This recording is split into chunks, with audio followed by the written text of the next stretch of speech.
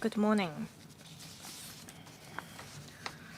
We have the representatives from the FSTB as well as the eMPF Schemes Authority here. Today we are going to deal with the 5 pieces of subsidiary legislation relating to the implementation of the eMPF platform.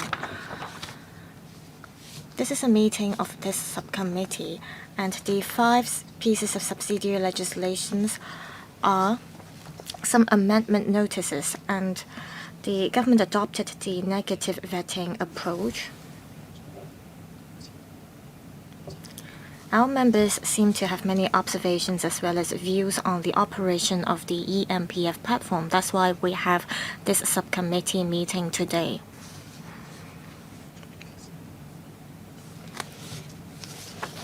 For today's meeting, we have Ms. Sharon Koh, Deputy Secretary for Financial Services and the Treasury, as well as Mr. Chen Yan-chi, Managing Director of the eMPF Schemes Authority, and Mr. Eric Low, Chief Executive Officer of the eMPF Platform Company Limited.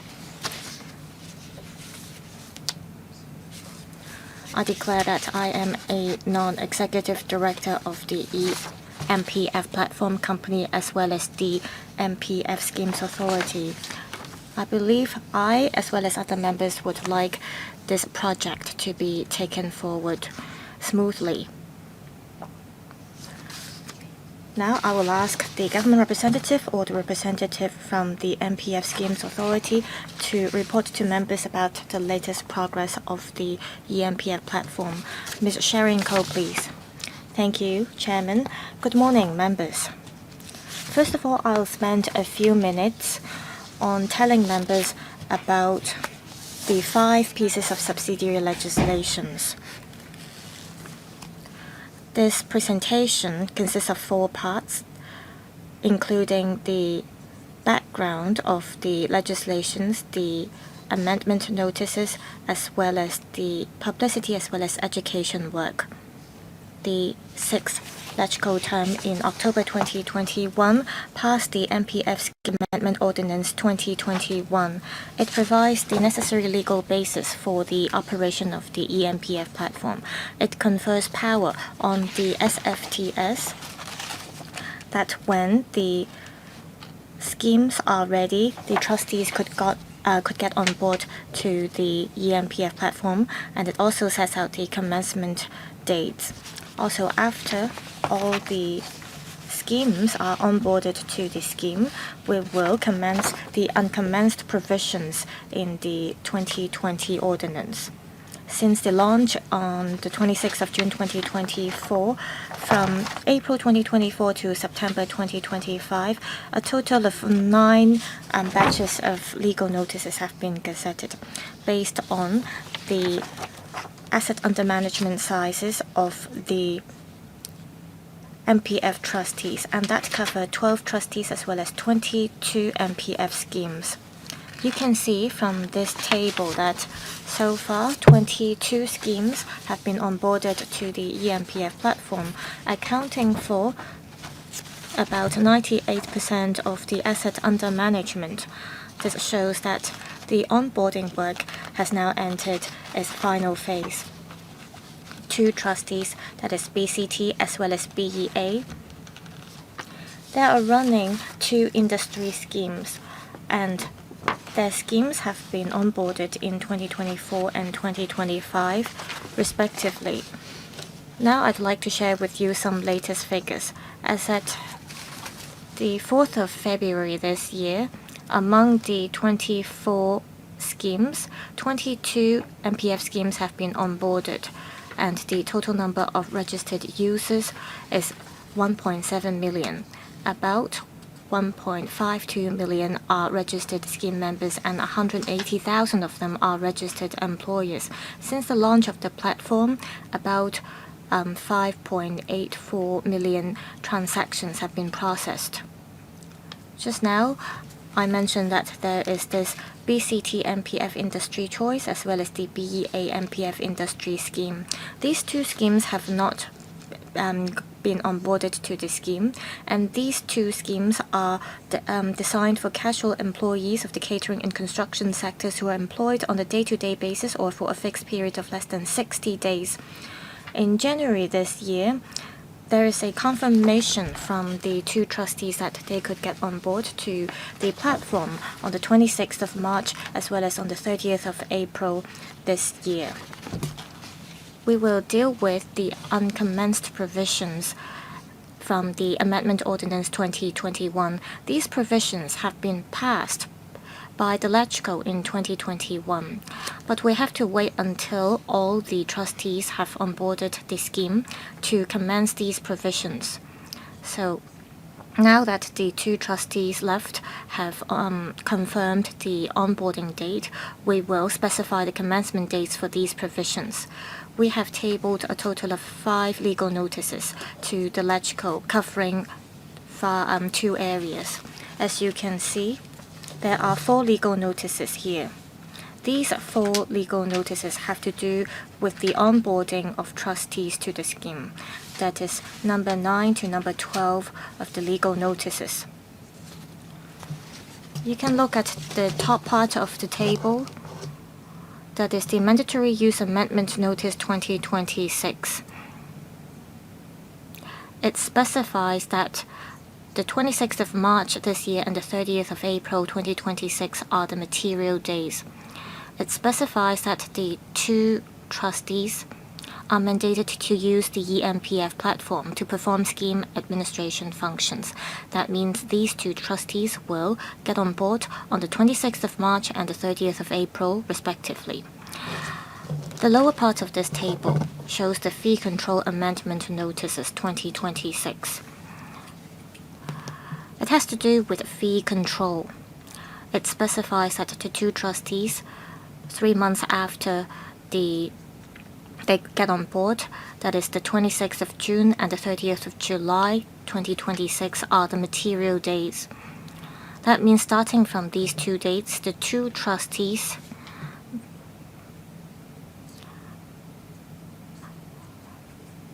may collect an administration fee that does not exceed the total amount of the fee payable by the trustees to the eMPF platform. That means we have to ensure that there is a straight pass-on of cost savings to scheme members. This is in line with the arrangement for the 22 trustees that have already got on board. Apart from the above legal notices, there is also one legal notice, that is number 8 of the legal notice. Specifies that the uncommenced provisions have to take effect. You may refer to the objectives of the major provisions. Sections 80, 100, and 106 have already been passed in the Amendment Ordinance 2021, but they haven't taken effect yet. They are known as Tranche 1 provisions. The purpose of these provisions is to streamline the transfer of accrued benefits between trustees.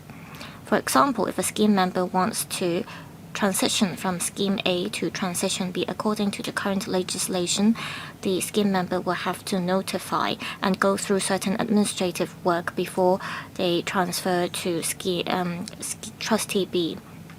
After the existing trustees get on board on the 30th of April, the relevant transferring work will be done in a centralized manner on the eMPF platform.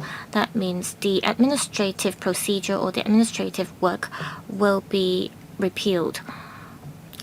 So the commencement date of this procedure is the same as the onboarding date of the BEA scheme, that is the 30th of April 2026. The lower part of the table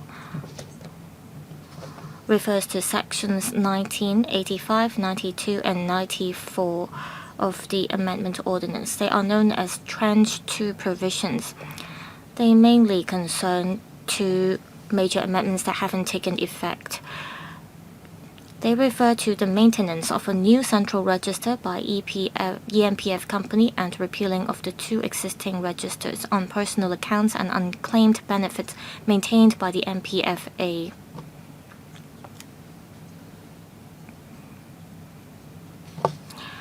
The repealed registers will be replaced with a new central register. This will take effect on the 5th of October this year. The reason is that there are 22 schemes that have been onboarded, and they will, before the 30th of September this year, publish at least 1 annual statement to their scheme members. We think that it is appropriate for us to have these provisions take effect on the 5th of October this year. If before the 5th of October this year scheme members would like to obtain the relevant information, they may contact the relevant trustees for the information. In relation to the legislative and implementation timetable, since the 22nd of December last year, scheme members could already enroll the industry schemes. We believe that the BCT scheme will get on board on the 26th of March, and the BEA as well as the Tranche 1 provisions will take effect on the 30th of April, and the Tranche 2 provisions will take effect starting from the 5th of October this year. Lastly, we would like to briefly tell members about our publicity and education efforts targeting industry schemes. Industry schemes are for casual employees from the catering industry as well as the construction industry. So these schemes are different from the ones for employees that are working on a full-time basis. We're concerned about the needs of the employees. So in relation to the onboarding arrangement, we will provide more transitional support. That includes reaching out to relevant stakeholders and stepping up training for frontline staff. We will also promote the arrangement using a multi-pronged approach. We have organized briefing sessions for trade unions, chambers of commerce, and statutory bodies. We have also done trial and demo sessions. We have reached nearly 3,000 industry scheme members. In the coming 2 months, the MPFA will arrange about 100 promotional activities, providing services at construction industry training centers, construction industry council service centers, and workplaces of hotel and catering groups. We will provide on-site registration services on these locations and will deploy registration mobile vehicles to different construction sites. We expect to reach another 15,000 to 20,000 people. In relation to training for frontline staff, we have already arranged relevant training for frontline staff of service centers and customer service hotlines, strengthening their professional knowledge to ensure effective handling of inquiries. In the coming few months, we will continue to organize training for them to make sure that before the onboarding of the industry schemes, we'll be able to provide continuous services and support. The trustees of the 2 industry schemes will proactively reach out to participating employers and employees to explain to them about the onboarding arrangement. We will encourage the scheme members to complete the registration as early as possible to make sure a smooth migration to the eMPF platform. The MPFA as well as the e-platform have already asked the trustees to provide support to the scheme members. All intermediaries or agents could make use of the interface to make application for scheme members. For example, to register an account for the eMPF platform and to consolidate the accounts. Lastly, I'd like to talk about the robustness of the system. Before the launch of the eMPF platform, in relation to the security, the loading capacity, as well as privacy, we've already done a series of testing. We've also done a stress test to make sure that the platform is reliable and safe. Since the launch of the platform in June 2024, the operation has been smooth, and we've got about 1.7 million registered employers, and we have processed over 5 million administrative instructions. We believe that there won't be an excessive load on the platform. Here we are happy to respond to members' questions. Thank you, Ms. Sharon Koh. Anything to add, MPFA representatives or eMPF representative? All right, none. I'll read out the order in which members are going to speak. Mr. Lam Chun Sing, Mr. Chow Siu Chung, Ms. Kamen Khan, Mr. Chan Hock Fung, Mr. Dennis Leung, Mr. Nick Chen, Dr. Webster Mr. Robert Lee, Mr. Lee Kuan Yew, Mr. Holden Chow, Mr. Yu Ming, and myself, 12 members in total. We're scrutinizing relevant subsidiary legislation today, and as the Deputy Secretary said, we will be looking into 5 legal notices. For the first round, I will be more lax. I will allow members to ask questions on policy matters or the current situation in general, but for the other questions, they will be limited to provisions. Mr. Lam Chun Sing. Thank you, Chair. Let me first declare I am a chairman for an association of MPF industry schemes. The provisions we're looking at today are technical.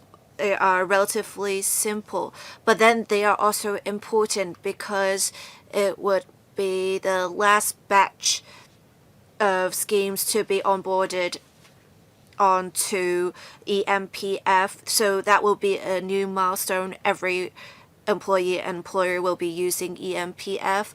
I do see the government worked hard on this in the past few years. Let me say this. For the industry schemes, they are special because there are many accounts and they are for casual workers. There is not much in the accounts, but then contributions have to be made often, perhaps even daily, of amounts $10-odd. So if one indeed accesses their account every day to see if a contribution has been made, can the platform really handle that many access requests? And if there's something wrong, and if no one is answering the calls on the hotline and people can't ask questions, I'm afraid that it can be quite chaotic. And this applies specifically to industry schemes in general. I want to see if the eMPF is ready for this. So the operations may not be undertaken by the eMPF platform specifically. It is operated by a contractor. There was a delay at one point of 8 months, and we're trying to really catch up. I want to ask if the administration or eMPF can be supervising the operator to make sure they're following up on the work of the platform, to make sure they are doing well their work, and there should be a penalty mechanism just as a deterrence. After the launch of the eMPF platform, we have the direct pass-on of cost savings, and the administrative fees charged by trustees cannot exceed that asked for by eMPF. I believe it cannot be past 30-odd basis points. With the operation of the eMPF for a while, can we have a clear goal for reducing costs further by to 30 or 25 basis points? Right now, for the DIS, the overall cap is 0.85. Is there room for further decreases? And can there be a clear timeline if there is one? Thank you. Deputy Secretary, let me first answer the question about cost savings, and then I will ask the MPFA representatives to answer relevant questions. Mr. Lam's understanding is correct. We are charging fees of 37 basis points. We do want to decrease costs further. We hope that very soon we can lower the charges to below 30 basis points. We expected to save $30 to $40 billion in costs before, but with our latest projections, we can actually reduce costs up to $50 billion. So we will definitely be able to cut costs further. I'll now hand over to the eMPF representative to answer the relevant questions. Thank you, Chair. Let me say this. A huge priority for the platform is to cut costs. And the Deputy Secretary is quite right. We will not wait long. We will not be even waiting for 3 years. We are expecting to reduce next year the charges from 37 basis points to 30 basis points, and we will seek continuous improvement. Mr. Lam Chun-sing, please rest assured. One of the main priorities of the platform is to reduce costs, and we will continue to seek to reduce costs. Mr. Lam Chun-sing also talked about the charge for DIS. I'll be brief. We are currently reviewing this. The 85 basis points charges for DIS cap, we will continue to review this to see if there's any room for reduction. So the general direction, Chair, is that the costs will continue to decrease depending on the actual implementation of the operations of eMPF and our review of the DIS. We will continue to revise the fees downwards. Sorry, we have now got to the 6-minute mark. As for the remaining question of Mr. Lam, perhaps you can answer that question later when you're answering other members' questions. Mr. Chao Siu-chung, let me also declare I am a non-executive director for the eMPF. Today we will talk about the operations of eMPF, and we have seen since the launch of the eMPF, they are taking incremental steps, and we will see the last batch of trustees to be, or industry schemes to be onboarded onto eMPF platform. With scheme members, we can see that the number has reached 1.5 million. It has exceeded our 50% target set before. I would like to thank eMPF and eMPF officers for working hard on this. I remember last year at a panel on financial affairs meeting, we asked members when we will reach a 50% or 90% uptake. I believe the goal is set for 5 years later. Is the administration confident that we will reach this milestone in time or even earlier? I believe with the platform being in operation for a year odd, we have received many requests for assistance and inquiries, and I myself observed that the platform is not prompt in showing contributions made. With industry schemes, it is very important because an employee or a scheme member may have several employers, and it is really important for them to make sure contributions are made on time. The eMPF explained from time to time that contributions are made. They are made and they will just be in the accounts. They are not displayed in time, would not be a huge problem. But then for industry schemes, scheme members would need to make sure contributions are made. Otherwise, they would have to reach out to their employers. So I want to ask, what is the time frame for contributions being shown on the platform for industry schemes? Do you have a target, say, for how many days after a contribution has been made that it should be shown in an account? For the two industry schemes, I believe there are quite a number of scheme members. Will we set a KPI so that we can review 3 months or 6 months later? How many scheme members have access eMPF online? And we can set a target. If we do not meet the target, say 6 months later, perhaps we should enhance collaboration with industry associations to have more on-site promotional activities or registration activities. Is there such plan of the administration to do such activities? Deputy Secretary. Thank you. I will answer the questions of Mr. Chow. Indeed, as Mr. Chow said, we have a goal to reach 90% uptake in 5 years. At the beginning, we did not see much progress, but now we have reached 60% and we'll soon reach 70%. We believe if there are no special circumstances, we should reach the 90% uptake target in time. As for whether we'll have activities to help workers register for eMPF, we are prepared for this. The MPFA has different promotional educational activities planned, and they will also have on-site registration activities for workers. Please rest assured we will continue with such work. I will now let the MPFA representative answer the questions about the display of contributions. The speaker's microphone is not on.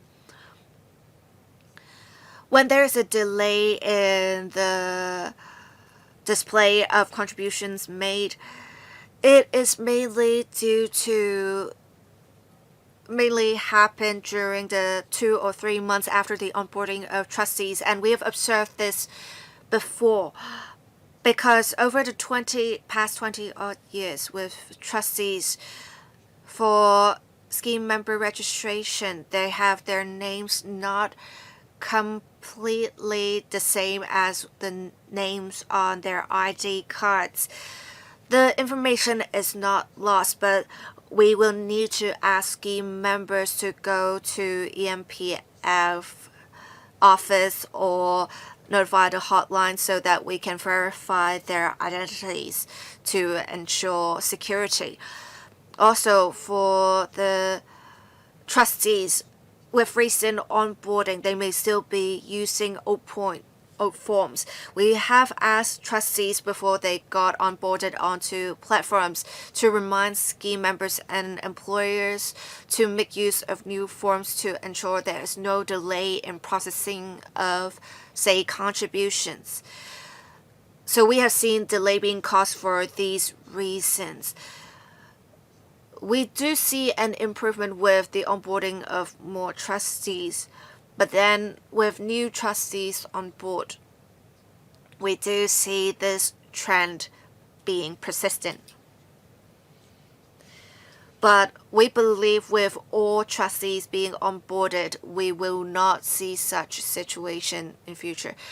I think other electrical members will ask, are there any standards set? What do you mean by if there's nothing wrong, everything is normal? Well, it depends on the payment methods, direct debit or a check, but in general, the contributions will be handled within 6 to 10 days, and the fund units will be reflected in members' accounts between then. Within that period. Ms. Khan, thank you, Chair. We're looking at the 5 legal notices. I wouldn't say the provisions we're looking at are just technical in nature. We will see with the latest batch of trustees, 10 batches of trustees being onboarded onto eMPF. We will also be commencing some uncommenced provisions in the 2021 Amendment Ordinance. And MPFA has a written confirmation with the government in January that they will be fully ready. And it is why they set certain material dates. I will ask some questions about material dates later on. I would like to first ask about the uptake. We heard MPFA and other representatives, when answering their written questions, they talked about how in the first year it would be a 50% goal, and for 5 years later it would be 90%. But then I sometimes wonder what it means, because we have talked about this being a digital uptake, and it is only with all trustees being onboarded that you will include the employees in full. So we have in total 4.8 million people in the workforce. And if we think about only some of the trustees have been onboarded, it's just 31.7% of the employees, and only 66% of employers are using eMPF. So I think we need to really set goals for the number of registrations as well. Otherwise, it would be a waste of the platform, and the platform took much to develop. I'm also concerned about the stability and comprehensiveness of eMPF platform. A specific section in the MPF schemes ordinance, the amendment ordinance, talked about this, and the MPFA has a function to ensure that the operations of the eMPF comply with relevant requirements. And the MPFA has a function to supervise the operations of the eMPF. And if it is a subsidiary, a whole subsidiary of the MPFA, you are supervising basically your own operations. I think in essence there is nothing wrong, but then you also need to supervise the contractor. You're basically supervising the operator, and the operator will be supervising the contractor, and the contractor is PCCCW Solutions Limited, and they are other subcontractors. How will you be monitoring their operations? All right, 2 questions. I thank Ms. Carmen Khan for the questions in relation to the registration rate and the digital uptick. Ms. Khan is very familiar with the statistics. In relation to the digital uptick, we refer to those who use digital means to manage their MPF. Before the launch of the eMPF platform, paper-based transactions accounted for 60% and digital transactions accounted for 40%. Now with the eMPF platform, people are getting used to managing the funds through digital means. So the percentage is that 70% of the people use digital means to manage their MPF, and 30% does it on paper. The law doesn't mandate all scheme members to use digital means to manage their MPF. Our goal, after all, is to encourage more people to use digital means to manage their MPF. So our emphasis is that more employers have registered to use the platform. That means they could use digital means to manage the MPF, and they account for 2/3 of all employers. However, we have a larger size of employees, so about 1/3 of all our employees are using the platform. We are working hard to let people understand that it is much faster and more convenient to use digital means to manage their MPF. We are actually aiming higher. However, practically speaking, we're talking about 4.8 million employees or scheme members. We are doing a lot of publicity and education work. Our mobile vehicles have visited 18 districts in Hong Kong to help scheme members to sign up for the eMPF platform so that they can, as early as possible, use digital means to manage their MPF. I'm sorry, it's been 6 minutes already. Chairman, I will ask the administration to provide us with information about the digital uptick. Well, as far as I understand, by digital uptick, you refer to the number of people who, among the 1.52 million registered scheme members, use the eMPF platform. I think you have to set a KPI for the contract. Of course, you cannot force all employees to use digital means. However, you have to come up with a target, right? Since all scheme trustees have got on board, at least half of the 4.8 million employees have to sign up for the platform, right? Well, I will give you time to respond to the question about the regulation. Next, Mr. Chan Hock Fung.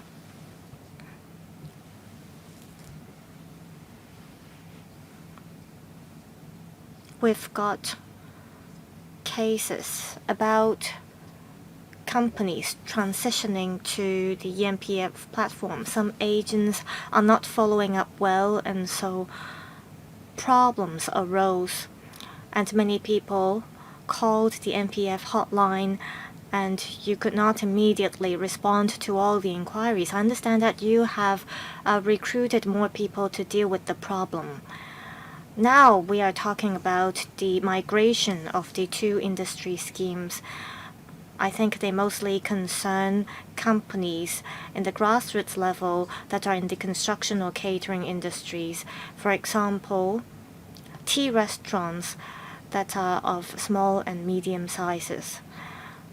A lot of these companies, they entrust their agents and intermediaries to collect the checks and do all the administrative work. For small and medium-sized tea restaurants, they may not know how to use e-payment platforms to deal with all these problems. And during the migration, they have to go through a lot of procedures which they're not very familiar with. I hope that you will ask the two trustees concerned to reach out to all employers and employees to follow up on the migration matters to avoid any complicated issues. I'm afraid that if these small and medium-sized companies cannot deal with the migration, they could not successfully transition to the eMPF platform.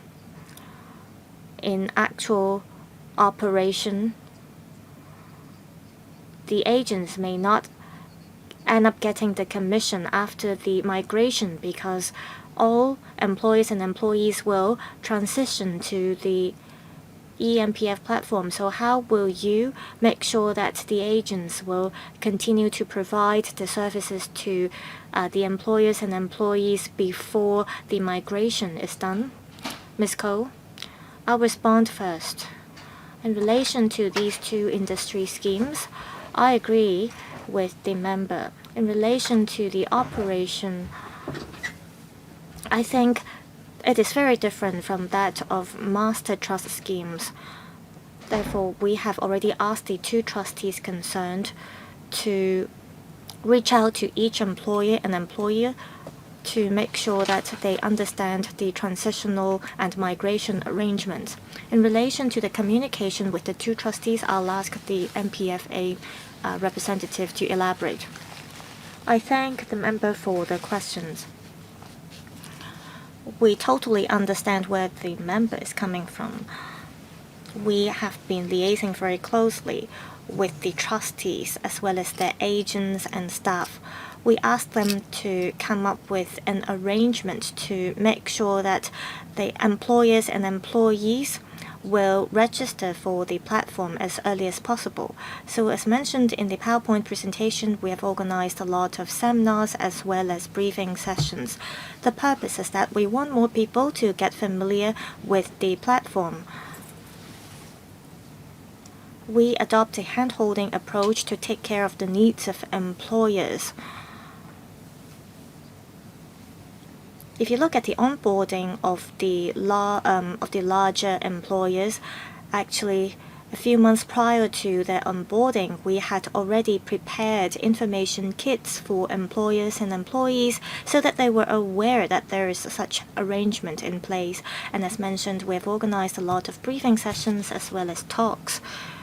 And also we have reached out to the employers. Take this industry as an example. We have 7,000 employers involved in these 2 industry schemes. And 1 or 2 months ago, we already reached out to the relevant parties to make sure that these employers and employees would get support for the registration. For larger trustees, according to our experience, 80% of the employers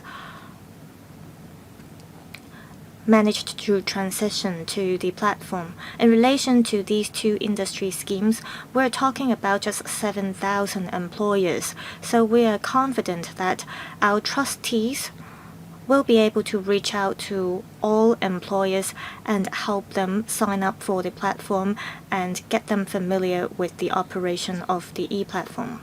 Next, Mr. Dennis Leung. Thank you, Chairman. We're talking about the 10th batch and the last batch of trustees. For the previous 9 batches, we adopted the easy first and difficult later approach. For industry schemes, they are more special. As mentioned, 1 million people are involved, but the contribution amount is relatively low. I hope that there could be a better follow-up arrangement. If the employers or employees cannot create an account, they won't be able to use the platform. And if they do not have the iMSmart account, they won't be able to use the platform either. So I hope there could be better management in this sense. I am concerned about the materials dates for the 30th of April. In relation to the notice, I hope that there could be a better streamlining approach.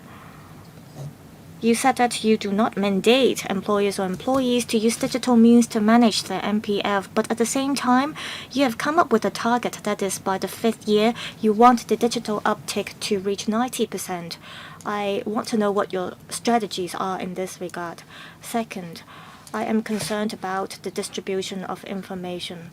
A lot of times people aren't aware of the situation or status of their accounts. Starting from the 5th of October, you would repeal the register. Instead, there will be a central register for personal accounts.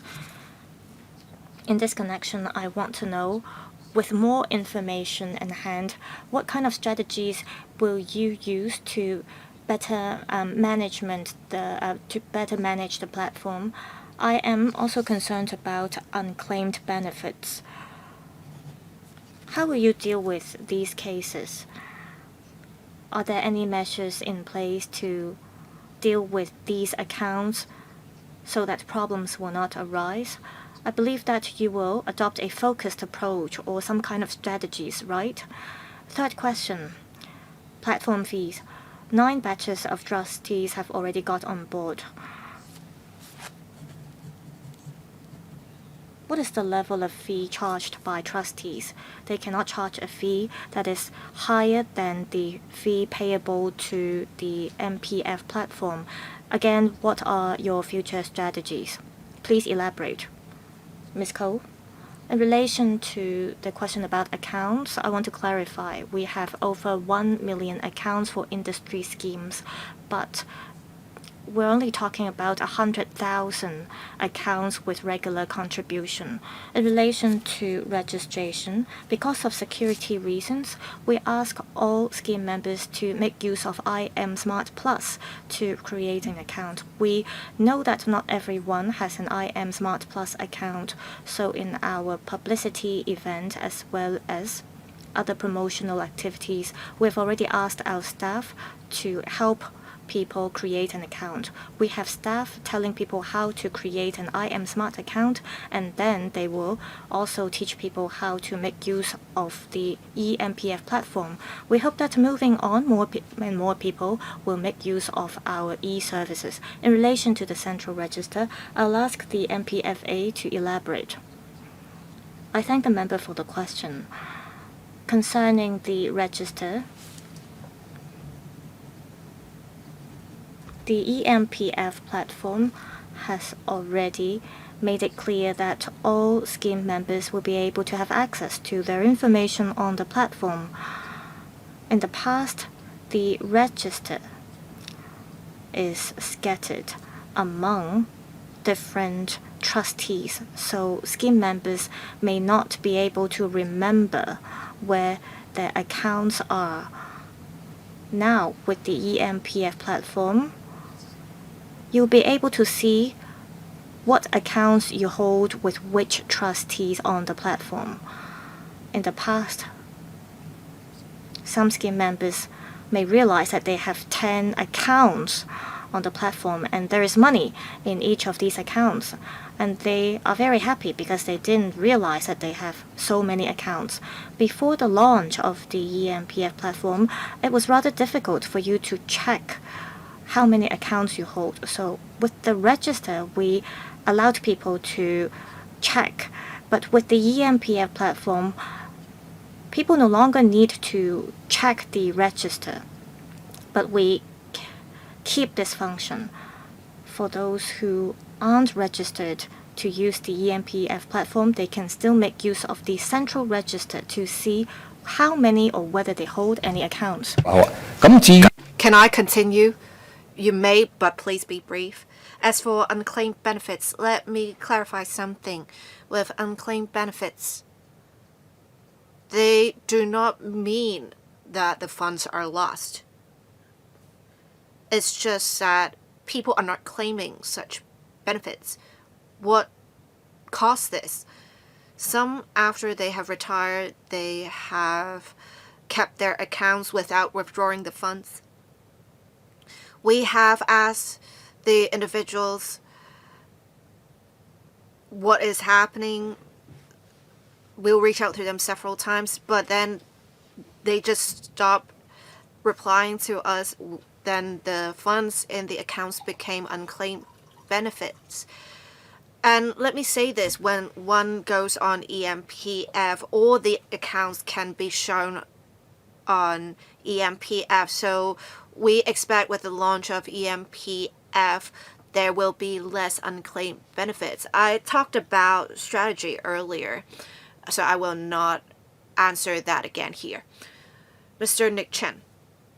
Thank you. I support the expansion of the eMPF platform as well as the 5 pieces of subsidiary legislation.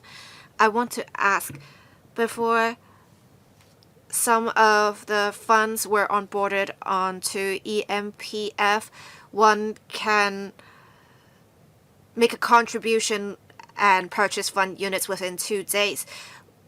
If things are digitalized, it should move faster, but now sometimes it can take up to 10 days. Why is it that we have a slower process now?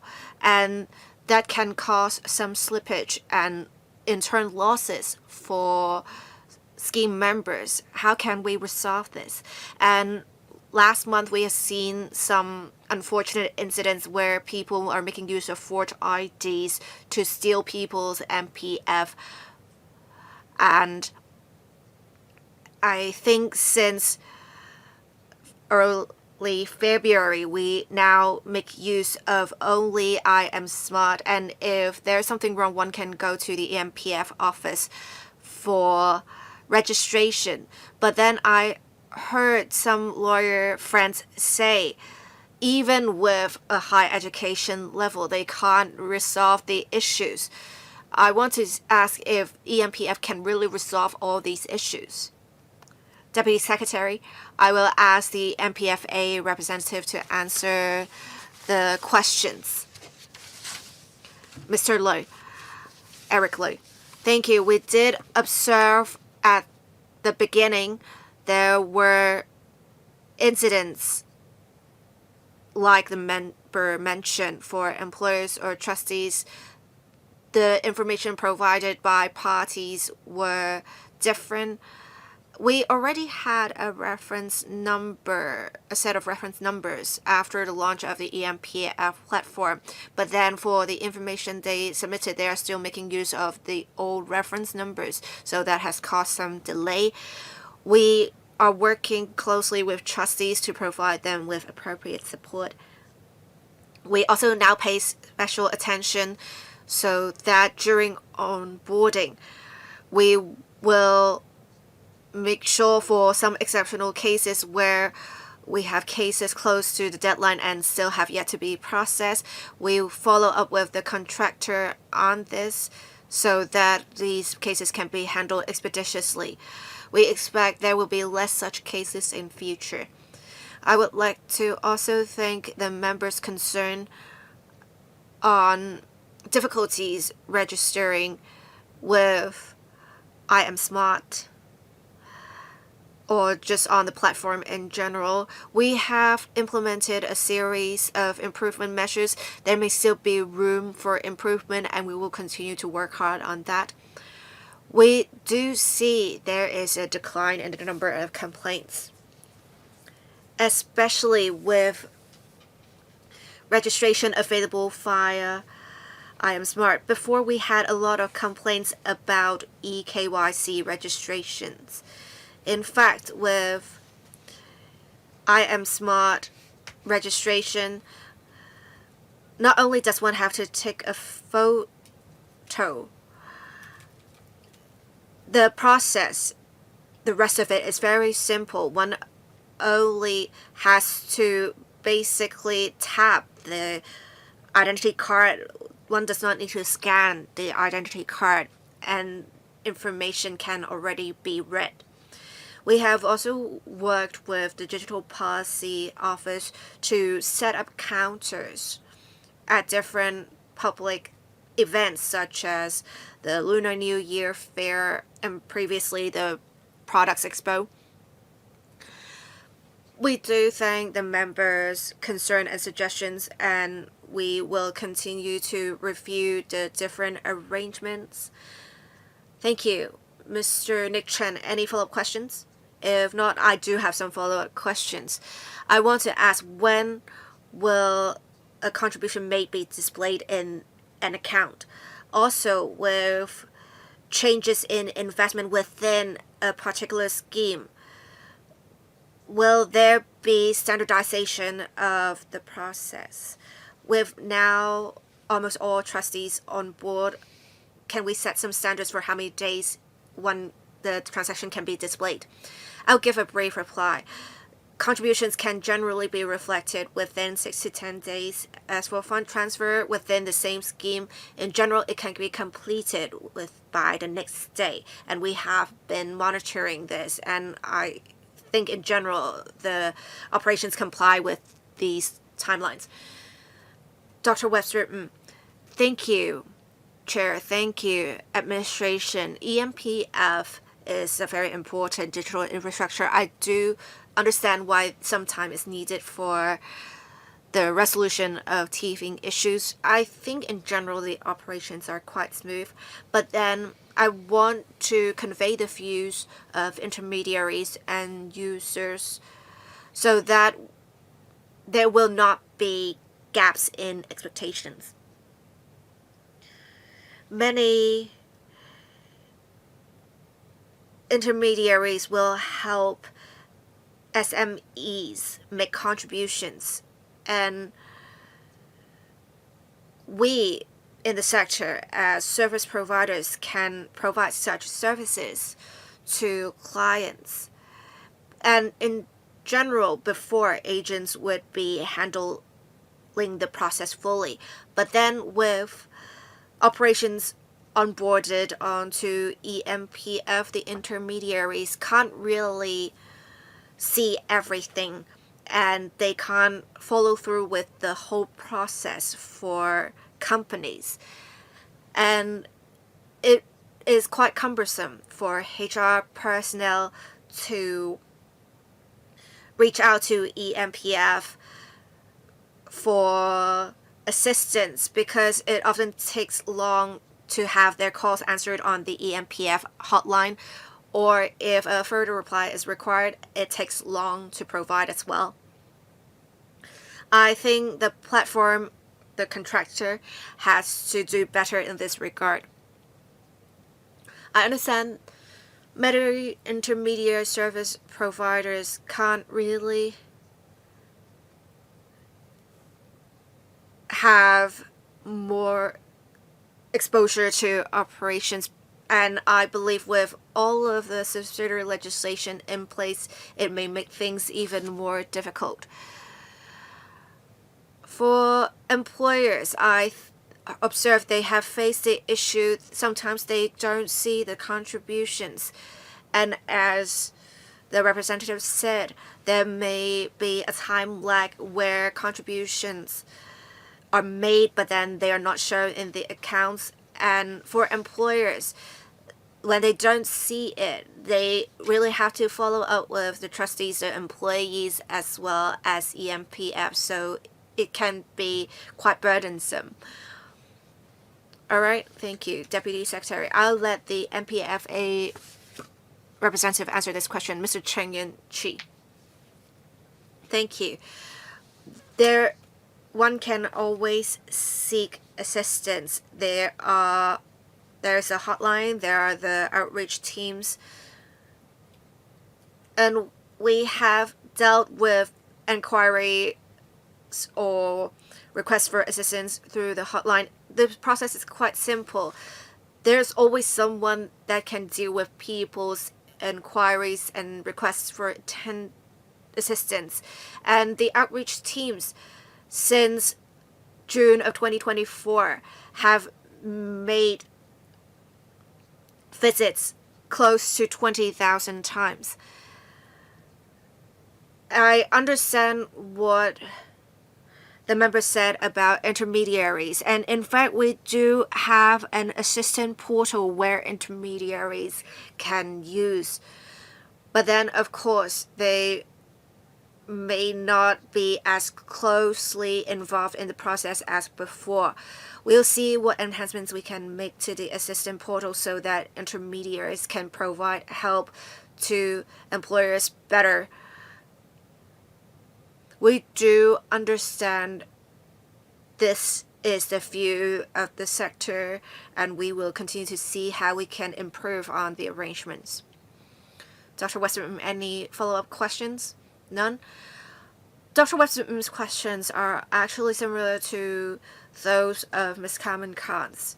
After full implementation,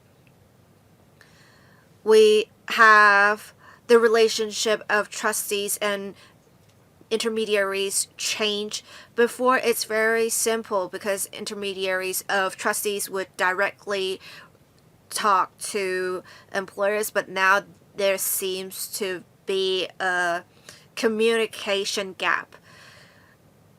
Mr. Robert Lee. Thank you, Chair.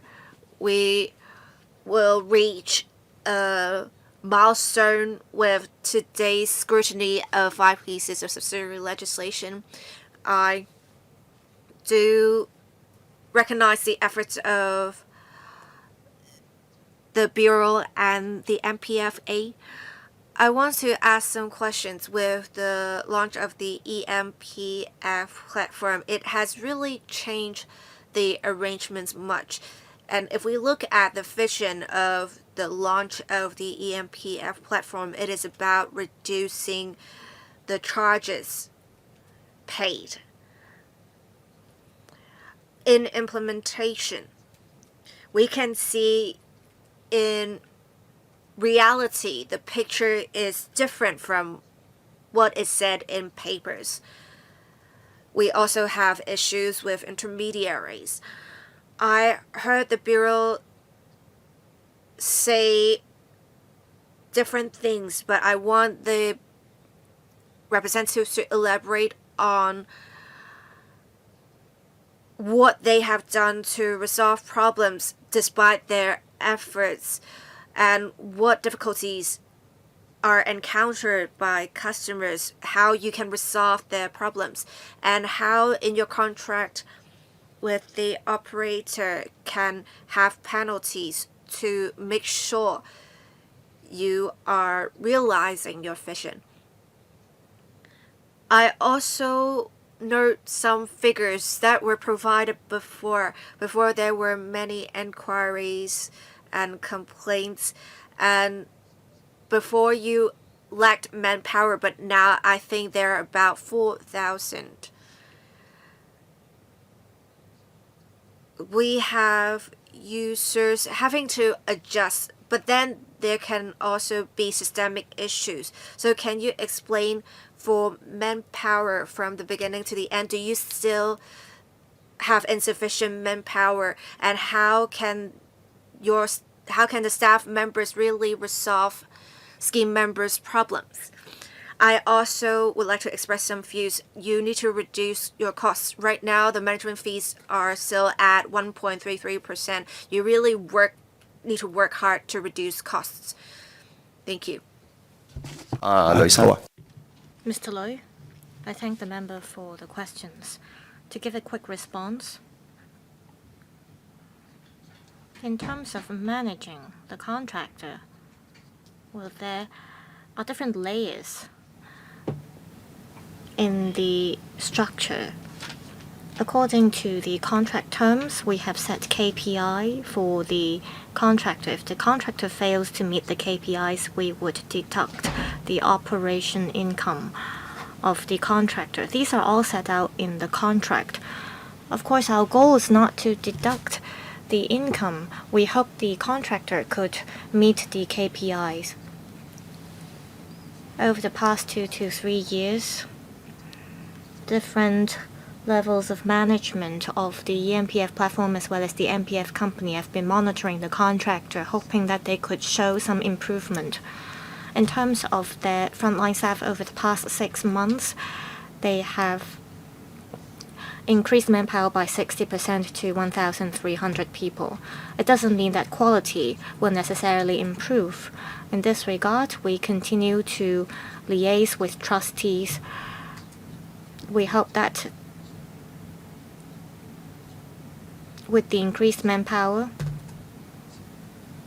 the platform could perhaps take over the staff from PCCW Solutions. We have to wait for all the trustees to get on board, however.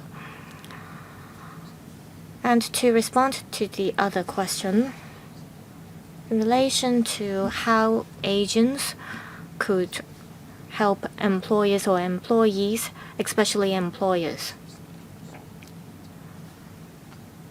We have taken over all the administrative tasks, but each trustee will still be able to check all the information. It is just that there is a centralized platform. We have 24 schemes and 12 trustees.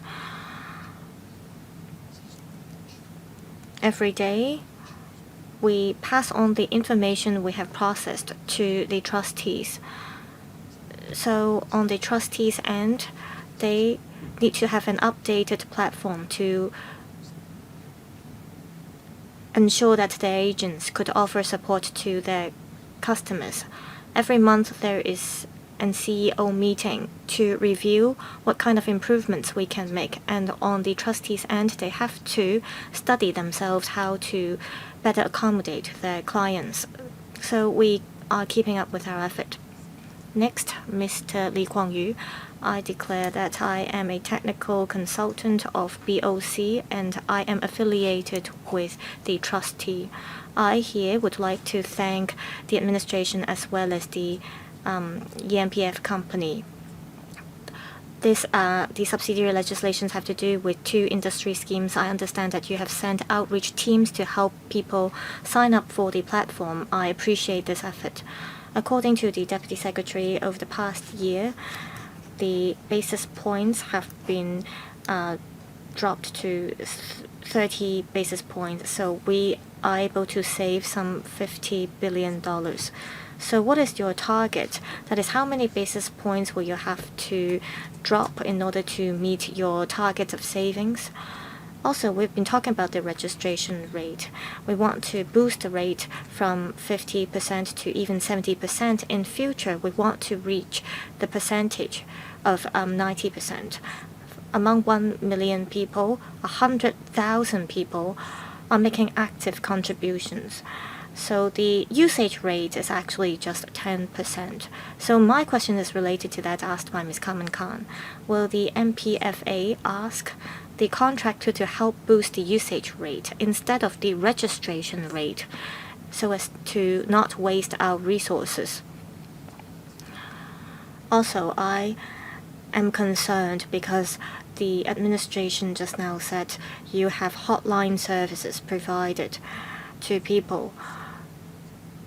If each party provides their own hotline services, they might end up passing the buck to each other, and this would create inconvenience for the public. So I wonder if you would come up with a standardized set of procedures. I hope customers could be lined up to a certain hotline service so that problems can be dealt with a more centralized approach. Also, I want to know if there is a mechanism in place to look at the inquiries as well as the complaints you got. Do you keep track of the number in relation to the complaints as well as the inquiries you got? Deputy Secretary, I will first explain the question about accounts, and I'll ask the eMPF to respond to the remaining questions. In relation to the point about accounts, I said there are over 1 million accounts. That is the number of accounts involved in industry schemes. Among these 1 million accounts, those with regular contributions account for about 100,000.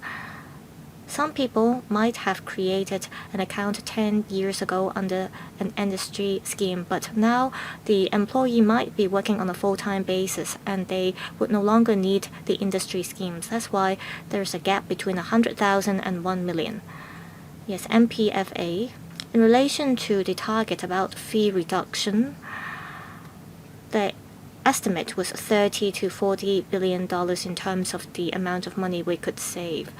But now that we see the platform is quite effective, we believe that we will be able to end up saving $50 billion. This is a 10-year target for us.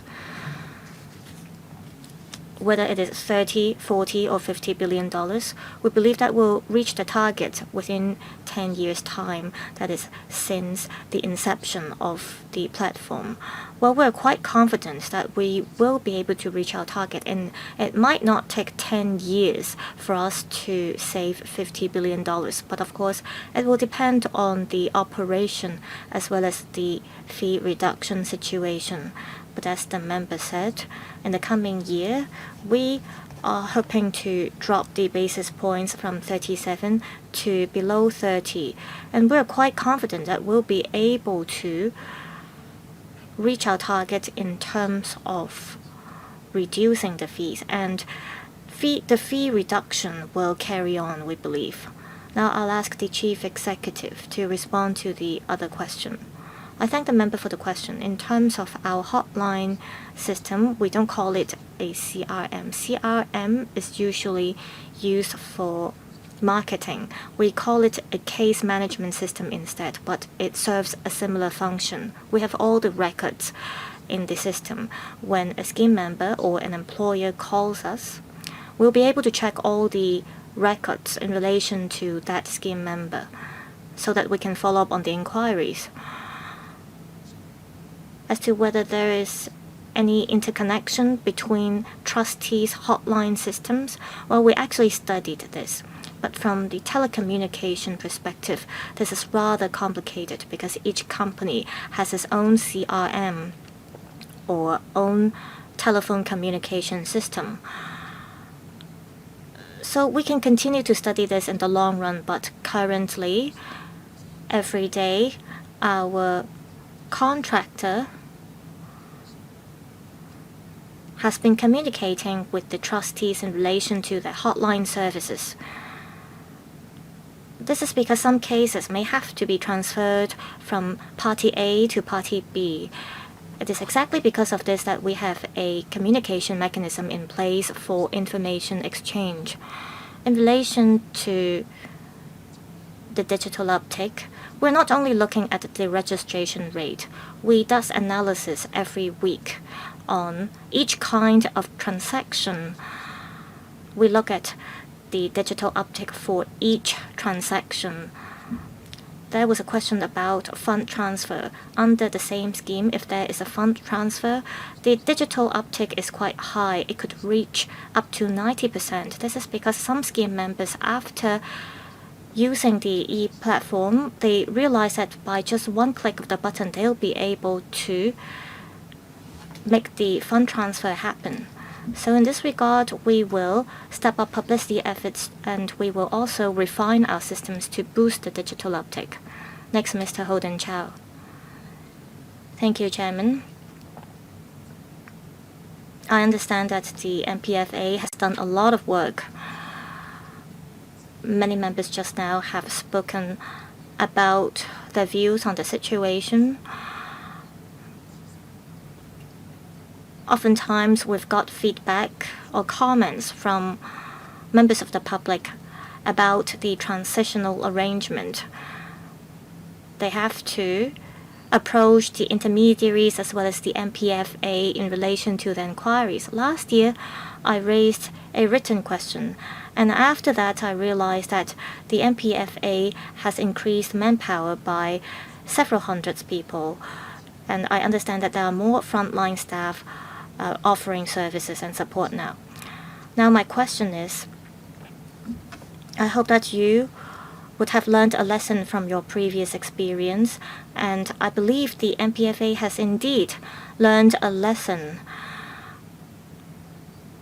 concerning the two industry schemes. They involve casual employees. For those who work as clerks, as well as those who work in, for example, law firms, they join schemes that are rather organized. However, for employees or employers under these two industry schemes, they may be, for example, employees or casual employees working for small and medium-sized tea restaurants, and they will need help to consolidate their accounts or funds. For those in the catering industry or the construction industry, they are not very tech savvy.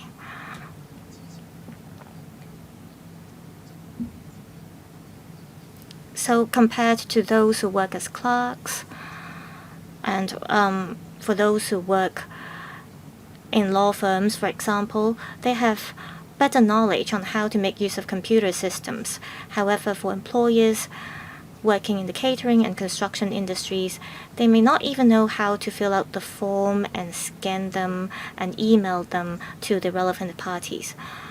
I understand that you have set up service points in different locations in Hong Kong. Will you talk to the two trustees? Will you work with them to set up more service points so that people can hand in physical forms instead of digital ones? So don't underestimate the needs for employers or employees to submit physical forms.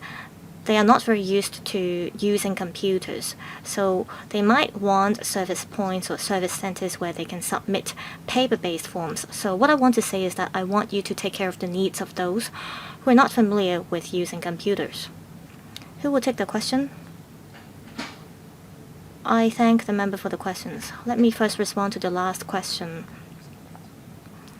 Well, this question does not only concern the two industries for the master trust schemes. We've actually talked to the relevant trustees previously. Say the trustee is an insurer or a bank, and are they willing to collect physical forms? Well, according to our discussions with them, be it the contractor or the trustee, they both find it difficult to collect physical forms because there might be confusion in relation to their responsibilities, and there might be chaos. For example, there's a deadline for you to make contribution and you submit a physical form. Currently, it is very clear.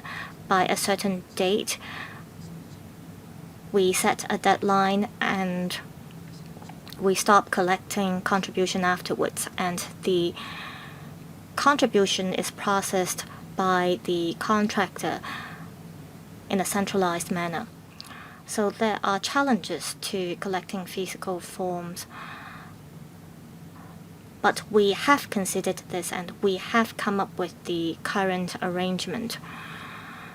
Also, I thank the member for raising the point about employers of the two industry schemes, as they may not be very familiar with using the computer. Our computer system is actually designed for those who use mobile phones. I believe that most employers would have a mobile phone. And also, the first industry scheme will get on board in March, but the registration has already started for employer. This is to give more time for employers to get used to the new arrangement. Mr. Yeo Ming. The speaker's microphone is not on. For the 5 pieces of subsidiary legislation, I believe there's not much dispute. Most people would understand the policy intent is to reduce management fees to benefit the public. I have observed some problems myself, actually. At my district councillor office, I was trying to move on to the eMPF platform. I could not set up the account. I had to complete the payment forms and deposit checks to make sure contributions are made promptly. Just 2 weeks ago, I was told some $8,000 odd were deposited into a void account apparently, and the contributions were not made. I actually had direct debit, but then there was apparently some duplicate transaction, and my colleagues and I had to deal with them. I hope that in future you can be prepared for such problems for industry schemes, because employers may not be able to provide complete information, and some additional fees may be charged to them. I believe it's charged at 5% too.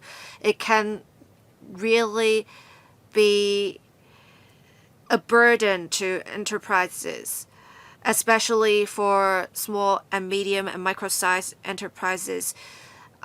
I believe you don't want to charge people this additional fee unnecessarily. So please do more in education so that they don't have to pay this additional fee. Whether it's form filling or depositing of checks, you should really clarify the different potential misunderstanding, because it can be an issue. On intermediaries, for people or the owners or HR personnel would just have to sign a form and the agents can deal with everything, setting up of accounts, contributions, but now it's different. Intermediaries cannot really intervene or help as much as before. Before, intermediaries would go to offices to collect checks to make contributions. Now, companies cannot take advantage of such service. Can there be more support for enterprises? While trustees are charging less in fees, but the employers are still customers in the end. So can the employees of trustees provide some support to, or can more powers be granted to intermediaries to provide support to enterprises? MPFA representative Mr. Eric Low. We did note at first with direct debit transactions there were some teething issues. We do understand with the transitional period there were more problems. It is because after the launch of the eMPF platform, we have a specific form when banks provide information to us. Sometimes the information provided to us are not in the specified format, so we have to liaise with banks, or when information is given to us by trustees, they have omitted some information causing delay. There were also instances where the contractor was missing certain things. Most of the time they can stick to the timeline, but then when there is omission in information, when the contractor was handling exceptions, the cases may be left there for a long time and it caused a delay. So we have really tried to enhance surveillance and manpower in this regard. As for agents can still provide assistance to employers. Let me make this very clear. When they submit paper forms or checks, they need to just bring the forms and checks to the service centers of the eMPF rather than before they would just bring them to their own offices, the trustees' offices. There may be less of an incentive to do so, as said earlier, but we are actively promoting to trustees that eMPF actually offers great opportunities. While trustees are charging less of customers so that there is less commission for agents, there are still opportunities for trustees to provide services, for example, registration or consolidation of accounts. And we have mobile trucks, as I said earlier, outreach teams. And when we have mobile trucks set up in certain places, there are also MPF trustees that will have their own mobile trucks in the same location. So I guess they do recognize these being good business opportunities. And agents, as I said earlier, can access an assistant portal, and employers can let the agents enter our information, and the employers just have to press the submit button. And actually, the forms are very standardized. Every month, they can give us the same information. They just need to change the date.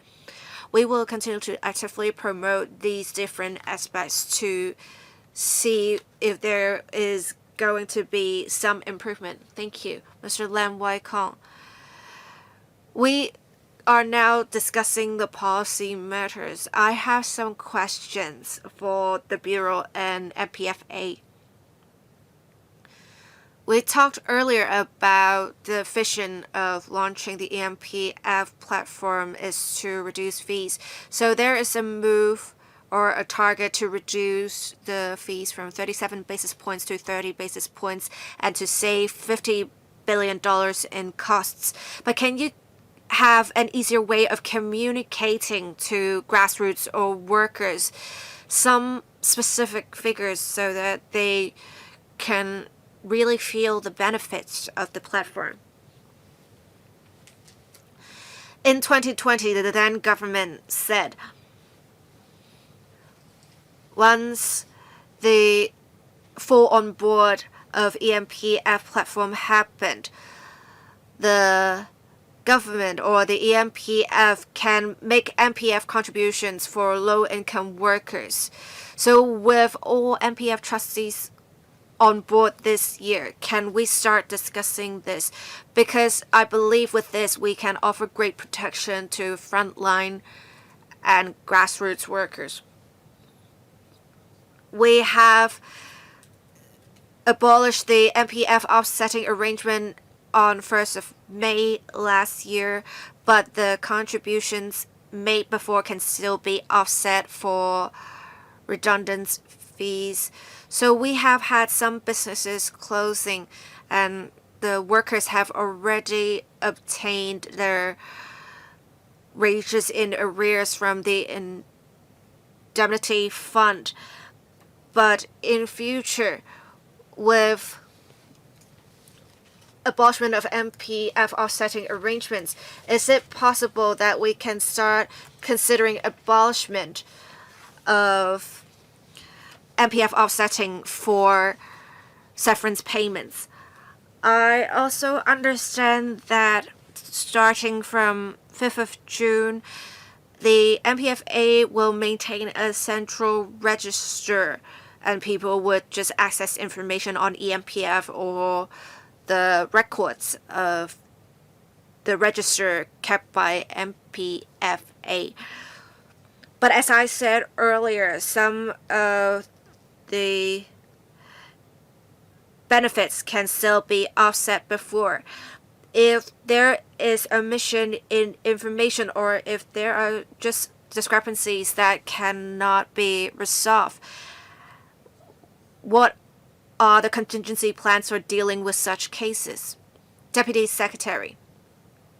I'll first answer the question on cost reduction. Let me give you some concrete figures as the member asked. We expect the administrative fees to be reduced by 41% to 55%. We now have figures of 57% to 65%. So for example, for each dollar in administrative fee, it can be reduced to $3.50 rather than $4.50 projected before. I hope that this is clear for the member. As for contributions being made by the government for low-income workers, this is under the purview of the Labor and Welfare Bureau. They are conducting a consultancy study, as I understand, and they should announce the findings in due course. I will then ask the eMPFA representative to answer the question on eMPF offsetting. Thank you, Mr. Lam. We're actually dealing with a case referred to us by the FTU. The investigation is ongoing. We are obtaining information from workers. I believe the relevant workers already receive severance payments.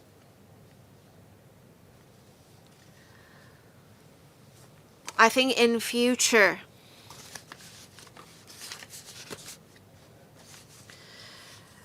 we should have a clear table providing information to workers or individuals what documents are needed to claim for severance payments or other payments. We will continue to improve on this. As for what Mr. Lam said about calculations, we cannot really give a general answer because it is dependent on circumstances. It depends on the worker's eMPF situation, the years of service. For the offsetting of severance payments and long service payments, there is a complex formula and different factors have to be considered. So it would be on a case-by-case basis. It's now my time to ask questions. I believe I'm the last one to ask questions for the first round. Let me declare an interest again. I am a non-executive director of eMPF. I know the inner workings of the platform as a result. It was not easy. It is a project that involves millions of workers. It is a large-scale platform. It is operating in real time. And the development process took place during the pandemic. It was somewhat affected.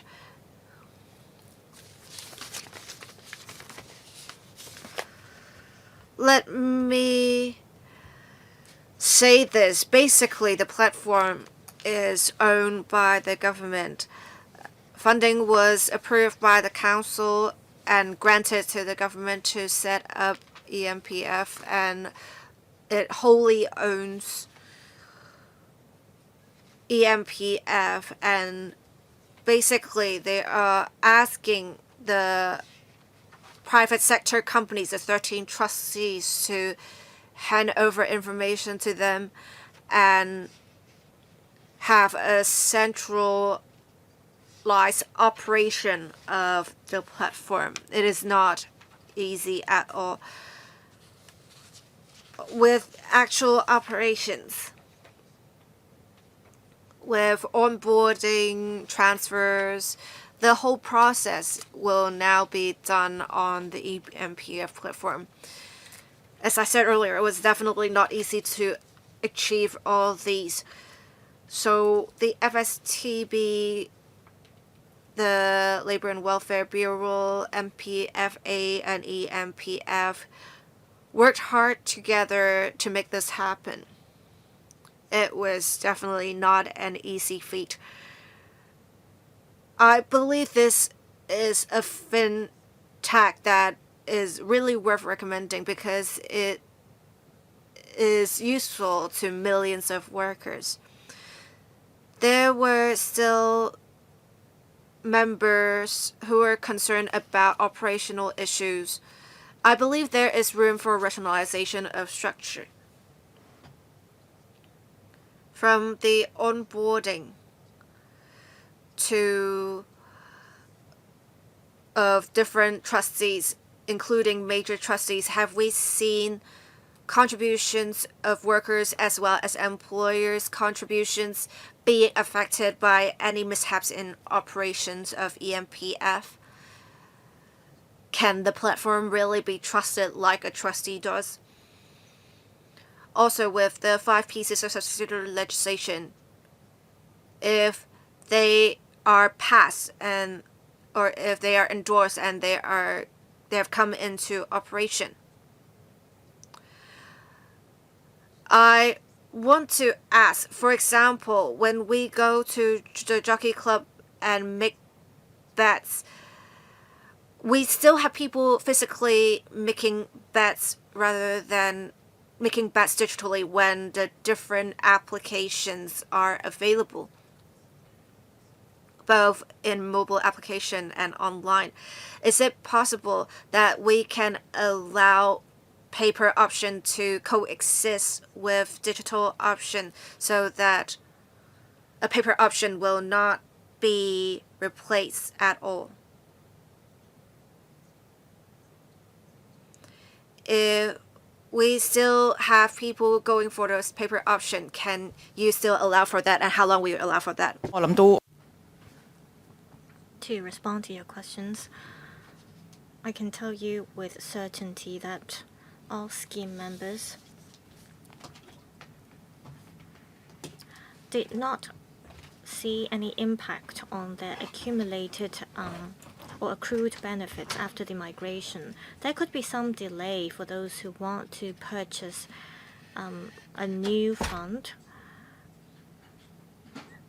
if scheme members suffer any losses because of this, we would compensate them, but none suffered any losses because of the migration itself.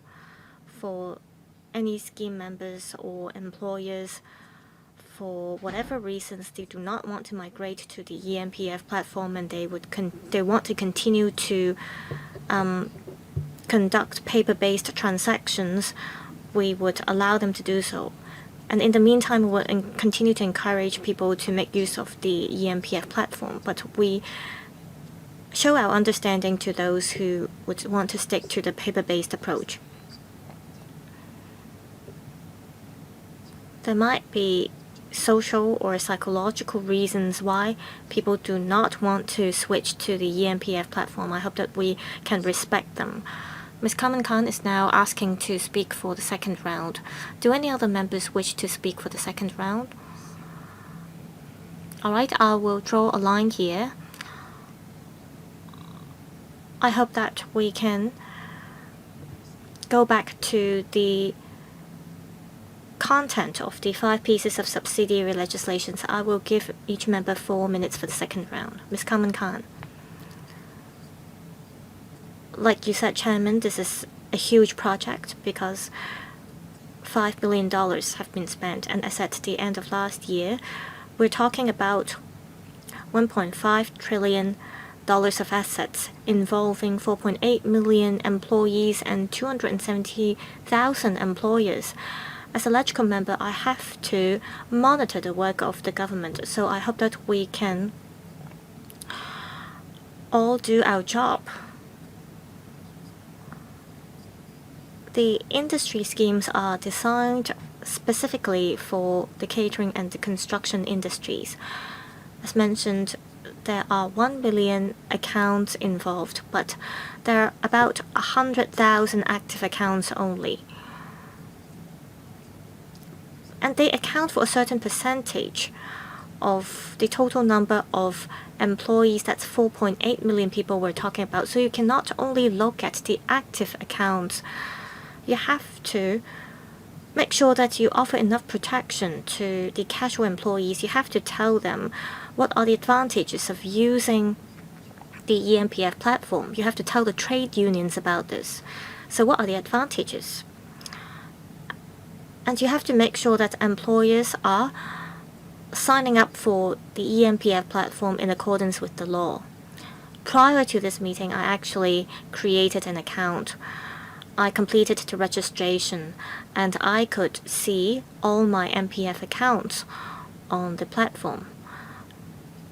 So you could tell the employees what are the benefits they can enjoy by using the eMPF platforms, and you have to ensure that there is enough protection for them by checking whether there are enough statements submitted by BCT and BEA. Now I'd like to turn to the security of the systems.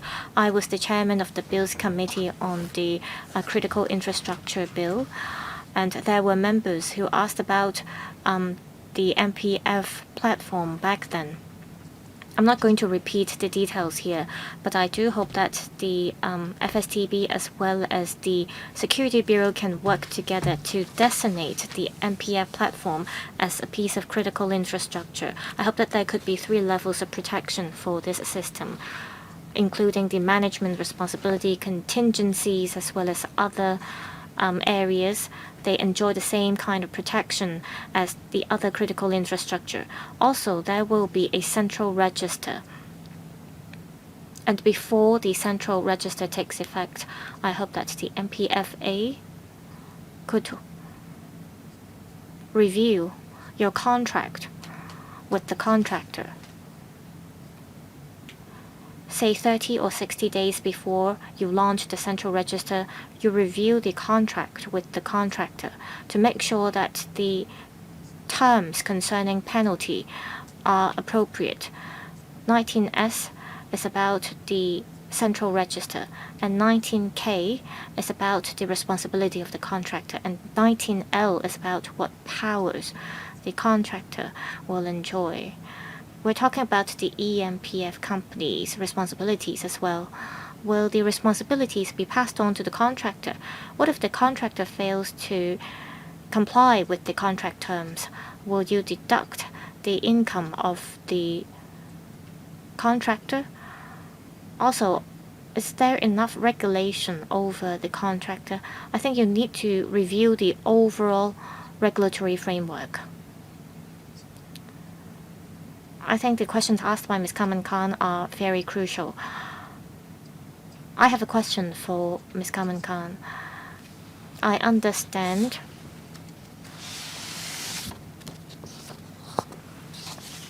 there isn't a publicized list of critical infrastructure. That is, what kind of critical infrastructures are included on the list. It is not made public. Right? It is not made public. But you have to express to the public that this is an important piece of infrastructure to the public. Ms. Ko? I thank Ms. Kamen Khan for the questions. We will step up our publicity efforts to explain the benefits of using the eMPF platform to our scheme members to boost the registration rate. As for the question about the system, I'll ask the MPFA to respond. I thank Ms. Kamen Khan for the questions.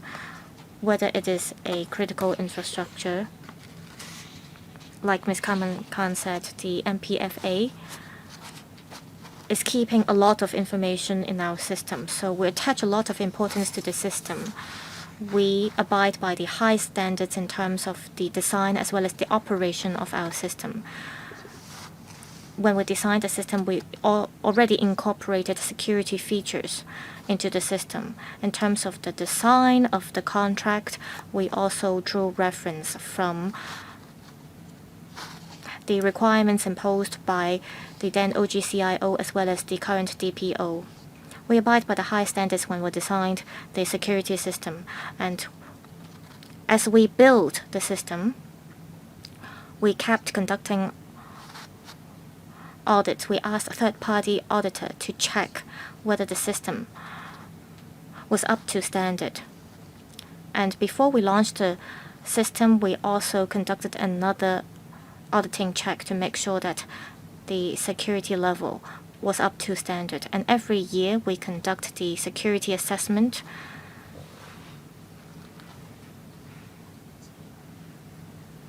We engage designated service providers to try to hack our systems to see if there are any loopholes. We do this kind of testing regularly, and we also review if any improvement measures have to be put in place. Also, within Hong Kong, we keep all the information. There's no information kept outside Hong Kong, and all the information is kept in the designated data center. Also, all system information is encrypted. There is encryption for storage as well as encryption for transition and transmission of data. We also have access right control. That is, for those who try to get access to the information, you have to abide by a certain set of requirements for both the contractor as well as other parties who try to access our platform. They have to subject to certain access control. For those who have access to sensitive information, they are subject to access control. If someone entered the platform without exiting the platform, we would know. Also, we have a set of protocols stipulating that those who try to enter the data center cannot bring, for example, camera to the center. We have all these implementation details set out, and we also have third-party auditing to make sure that all these rules are followed by the relevant parties. Yes, Ms. Kamen Khan? The HKMA has recently invited the Privacy Commissioner to conduct a joint inspection. Before you launch the Central Register on the 5th of October, you may want to invite the Privacy Commissioner to conduct a joint inspection with you. This is a great idea to supplement. When we designed and built the system, we already involved the Privacy Commissioner, but I would consider this arrangement before the 5th of October. Yes, Mr. Dennis Leung.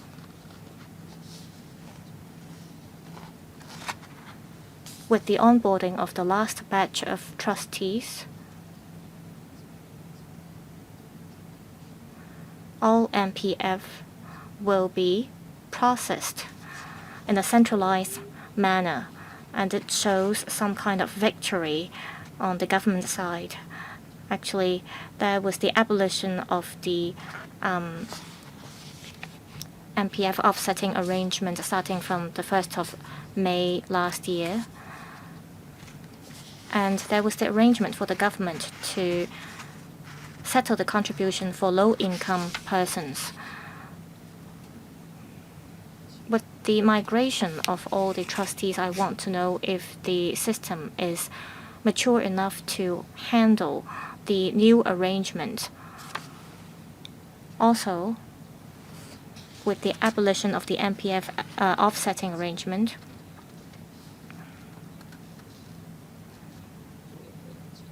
and also with the onboarding of the 9 batches of trustees, is there clear information of what could be offset and what not? I just want to make sure that there are no mistakes on this. And in the past, there were semi-portability arrangement, and after the abolition of the offsetting arrangement, starting from the 1st of May, we see full portability. So when would the system be ready for the implementation of the full portability arrangement? All right, let me remind members that for the second round, we should specifically focus on questions relating to the 5 pieces of subsidiary legislation. Most of the questions Mr. Dennis Leung raised were policy questions, but I'll let the administration answer these anyway. Deputy Secretary, thank you. Last year, we completed some legislative amendments, and we are hoping to move on from that and prepare for the second phase. We will consult the panel on financial affairs in due course. As for offsetting, I'll let my colleague answer that question. I believe Mr. Leung asked if the information is there. It is there, definitely, on the platform. It's just that how the operations work. With the abolition of eMPF offsetting arrangement on 5th of May, we can have information on the platform showing whether an employee is employed before or on or after 5th of May, and if one is hired on or after the 1st of May, there is no eMPF offsetting. So the old information will be on the platform. The new information when an employee gets hired will also be on the platform. They will all be shown clearly on the platform, relevant information. Thank you. Mr. Holden Chow, 4 minutes. Chair, I actually want to ask about term use in the provision. Should I ask it now, or should we go through that when we get to the clause-by-clause examination? All right, I want to ask about legal notice 9. I believe it is to amend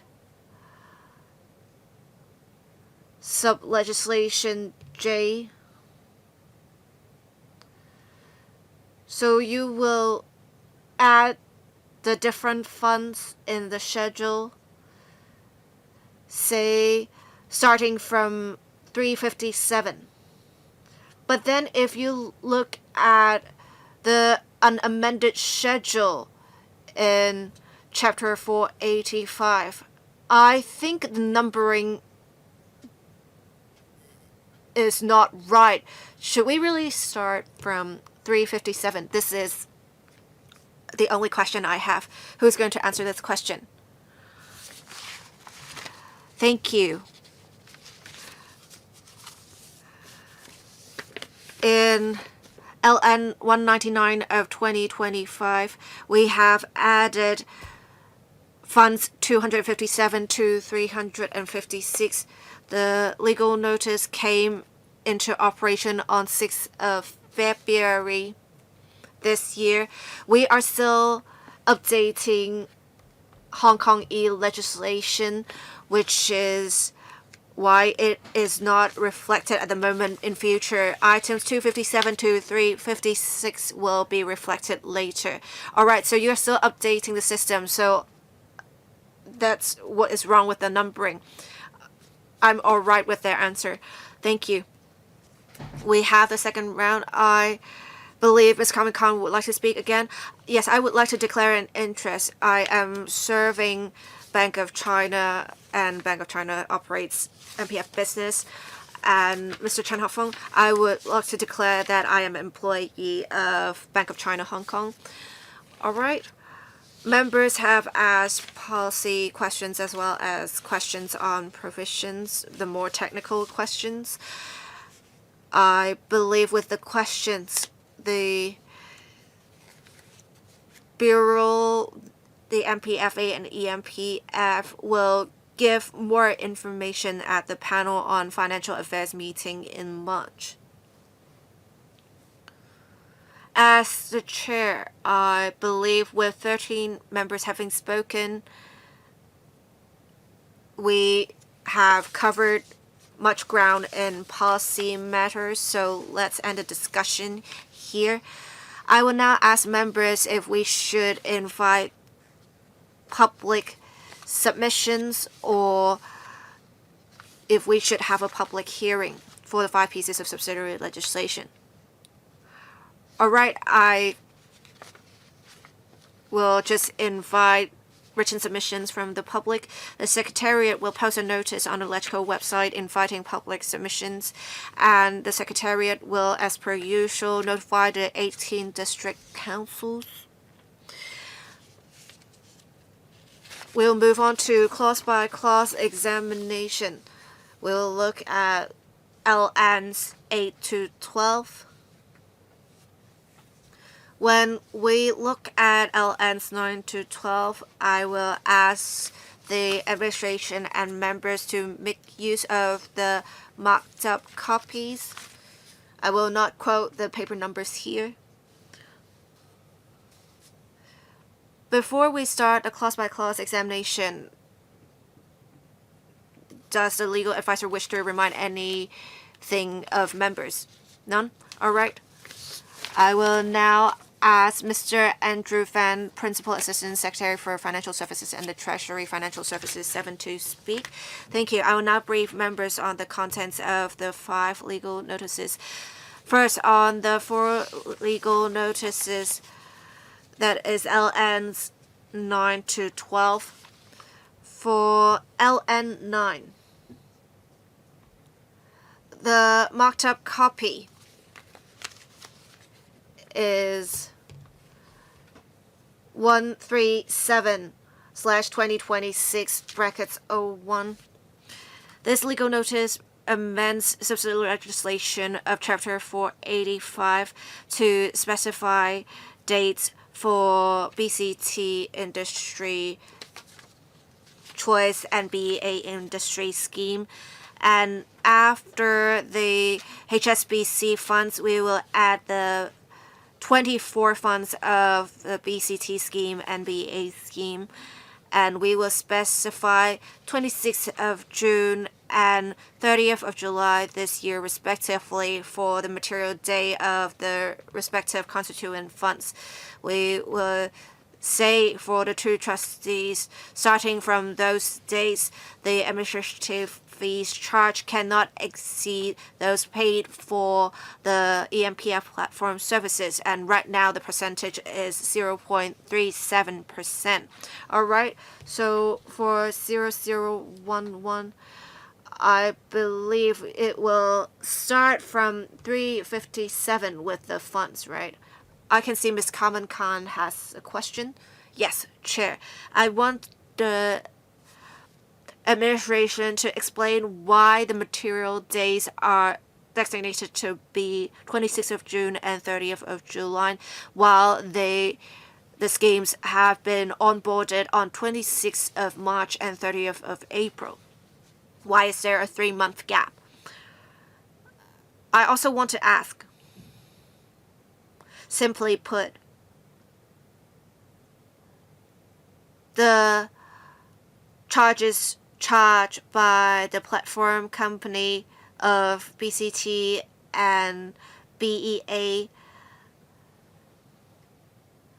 there should be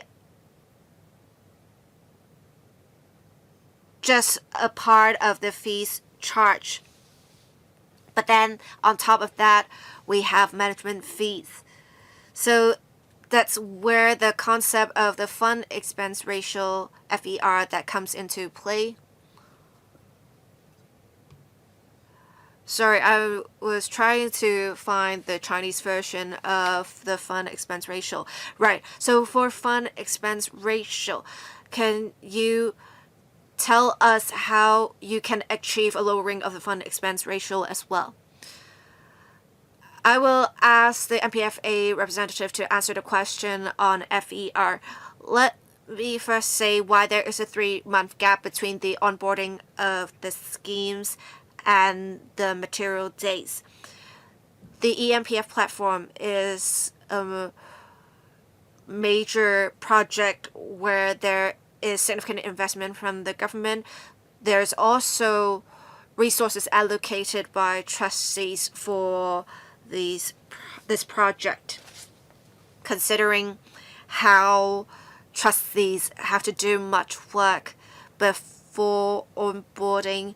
We have communicated with trustees about the charges and implementation date, and we have a consensus to start the fee controls 3 months after onboarding, and this arrangement is in line with the 9 previous batches of trustees. I will now ask the MPFA representative to answer the question on FER.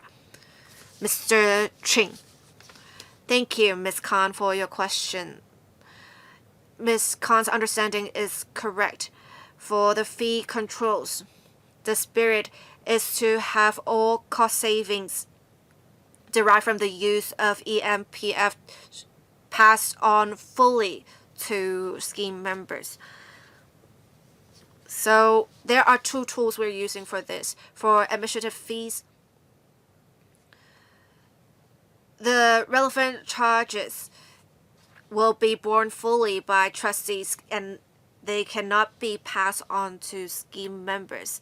As for what Ms. Khan said about the other components, and we will control that through the fund expense ratio.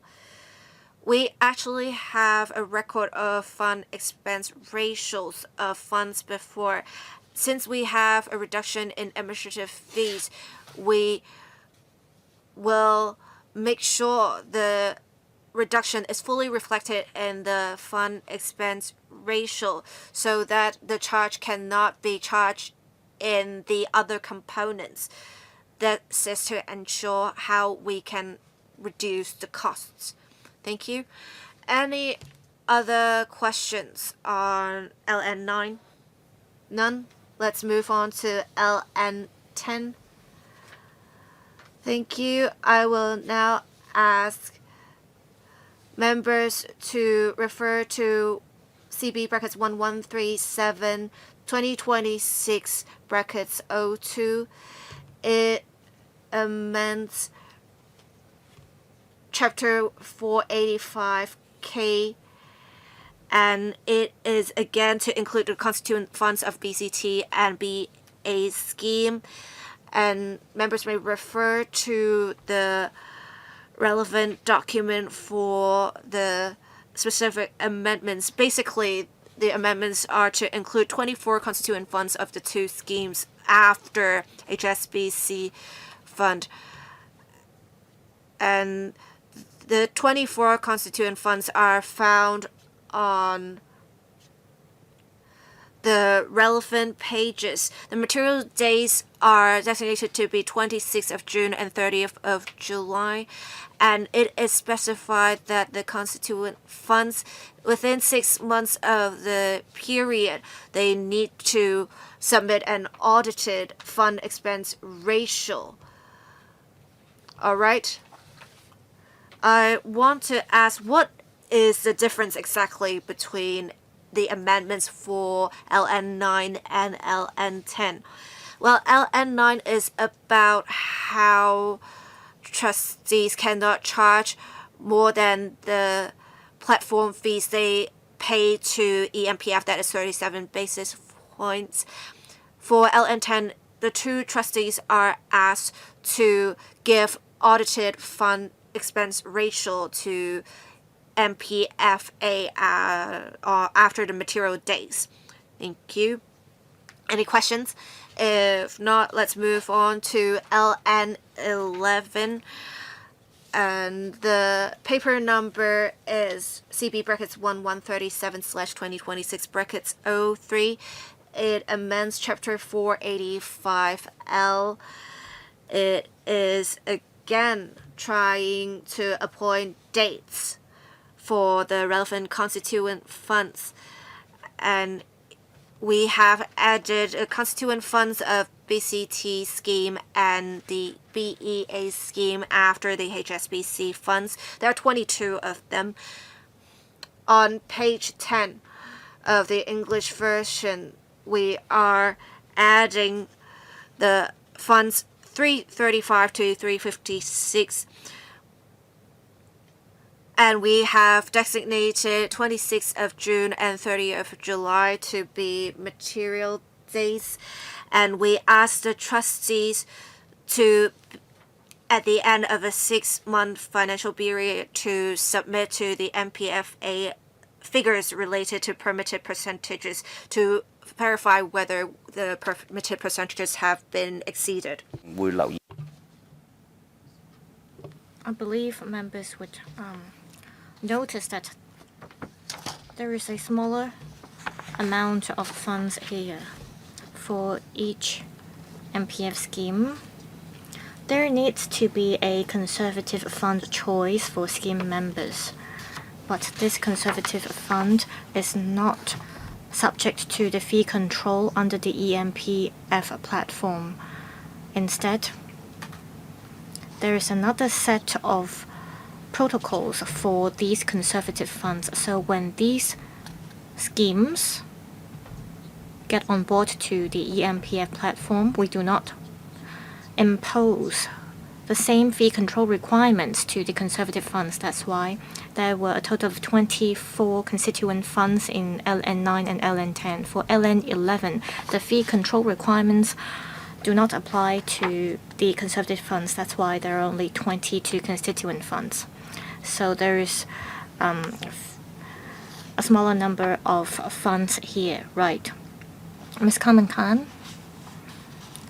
So you have gone through 3 legal notices for LN9. You want to make sure that there is a straight pass on of the cost saving. For LN10, as you explained to the chairman, you ask the trustees to provide the fund expense ratio. And for LN11, you ask the trustees to provide information about the permitted percentage. Could you explain in layman terms to all LegCo members as well as members of the public what will be the fee reduction with these 3 LNs? We understand that with the fee reduction, you're asking trustee to charge no more than 37 basis points. But what does that mean exactly? Yes, administration. Well, let me give you a vivid example. Just now I mentioned about the administration cost. To give you an example, for a fund, the administrative cost was 57 basis point. Now we're charging 37 basis point. With the new fee control, the administration cost will have to be reduced by 22 basis points. So we're using these LNs as a regulatory tool. Also, we're not just making sure a fee reduction for the administrative cost, but also the overall expenses. So the fund expense ratio have to drop by 22 basis points as well. How can we ensure that? As mentioned, after the end of each financial year, the trustee will have to engage an auditor to look at the fund expense ratio to make sure that it is creditable. and they'll have to submit the relevant information to us. And also, as explained, before the onboarding of the trustees, we already stipulated the amount that could be charged by the trustees.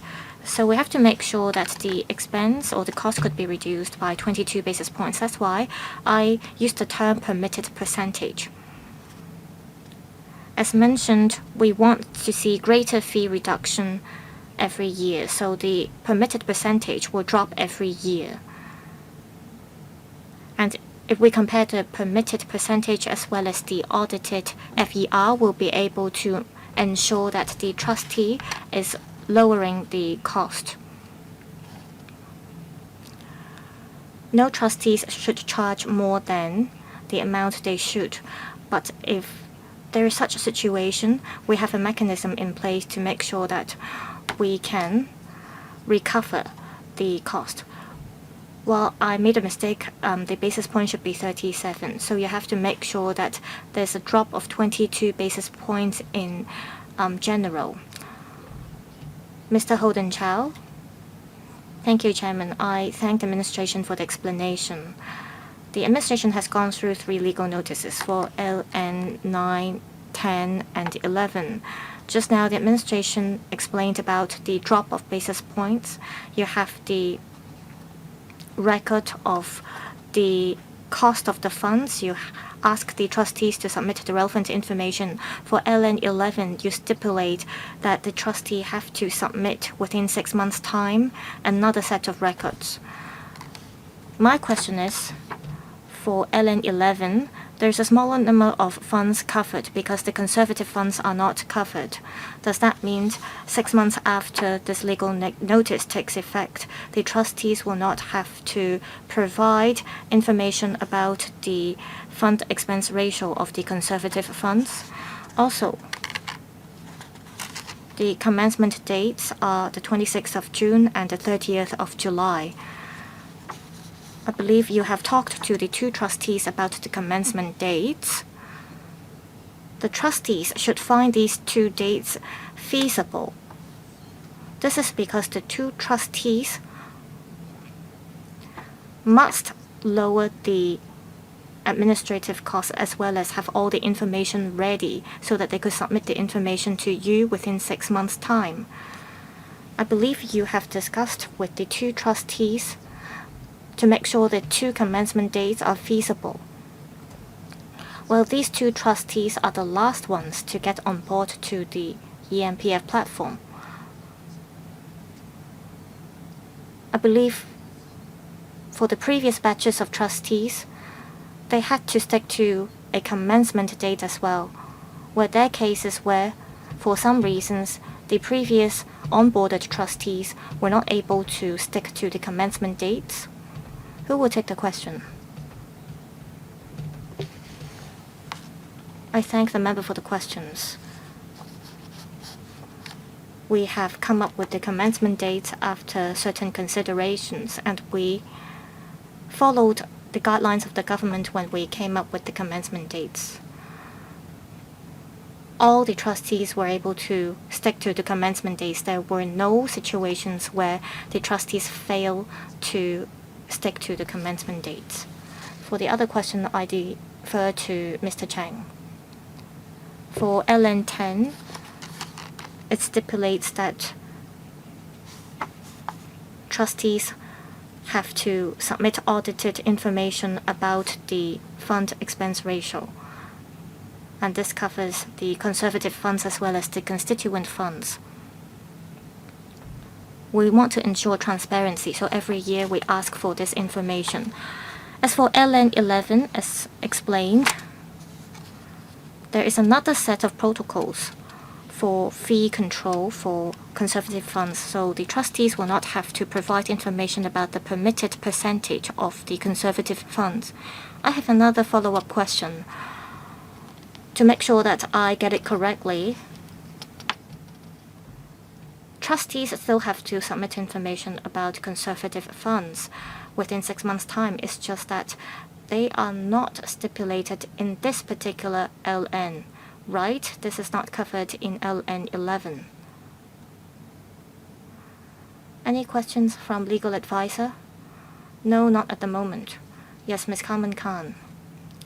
I want to ask about the legal notices. I understand why there are 3 legal notices. The LN will take effect starting from the 26th of June.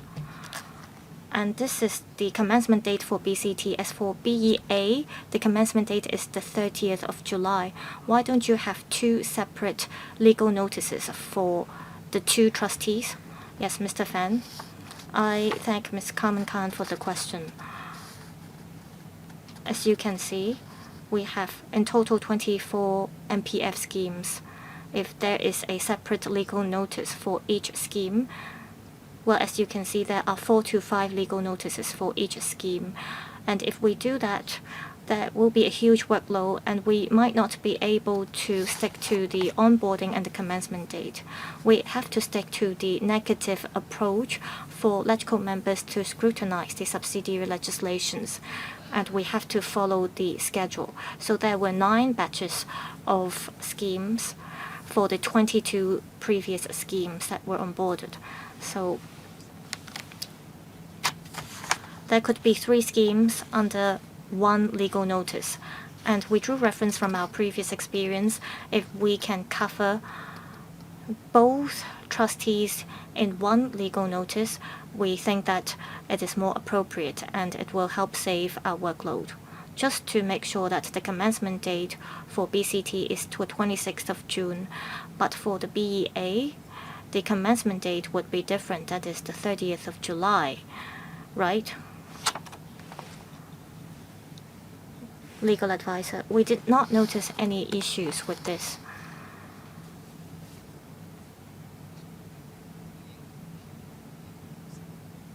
We have already had 9 batches of trustees or schemes that have gone on board, and we used the same approach for those 9 batches. So this approach should work.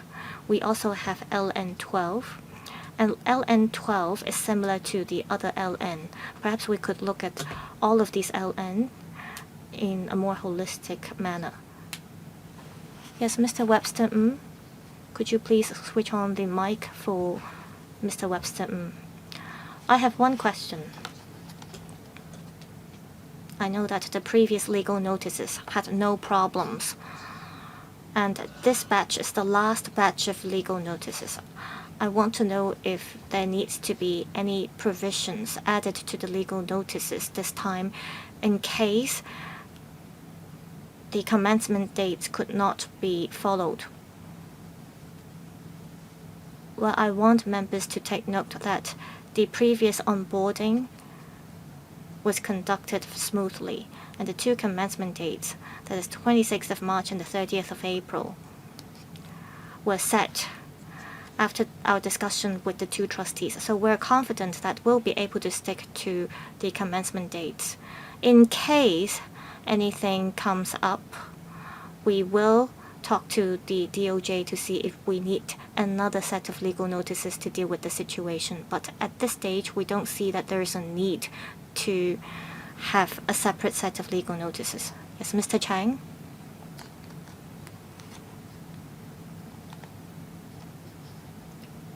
We started the rehearsal process and the drills with the trustees a few months ago.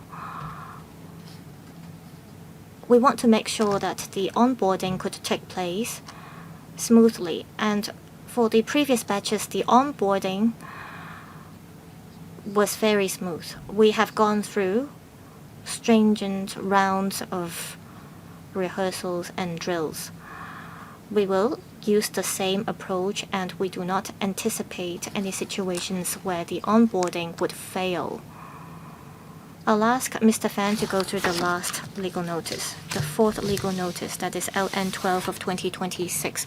Please refer to LC paper number CB bracket 1137/2026 bracket 04.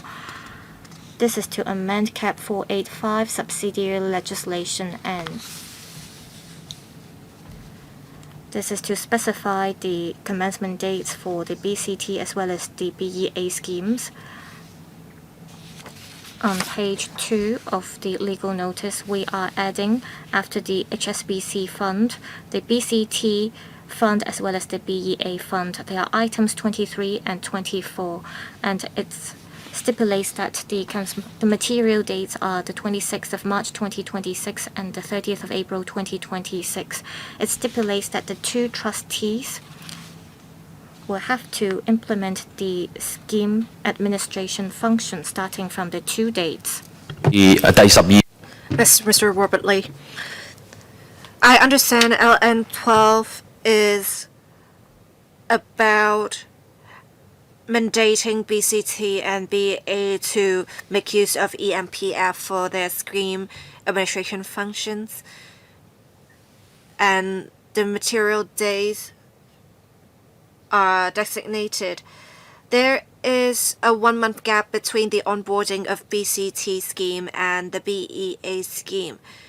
Some members raised concerns about whether the trustees are prepared. I also am concerned about fairness. What considerations there are for setting the order of trustees being onboarded? Is there some amicable communication with trustees? Is there some specific factor that caused one to come first? I believe there are no malicious considerations, but I guess they should just clarify it for the public. Mr. Ching, the short answer is no. There is a discussion, and we started from the smaller trustees because we want to take baby steps and approach this in a gradual manner. Industry schemes are different from the general schemes. There are a lot of accounts. There are not a lot of workers, but then they make contributions that are smaller and more frequently. We have reached the onboarding dates with trustees and eMPF, that is the contractor, and the parties agreed to the dates.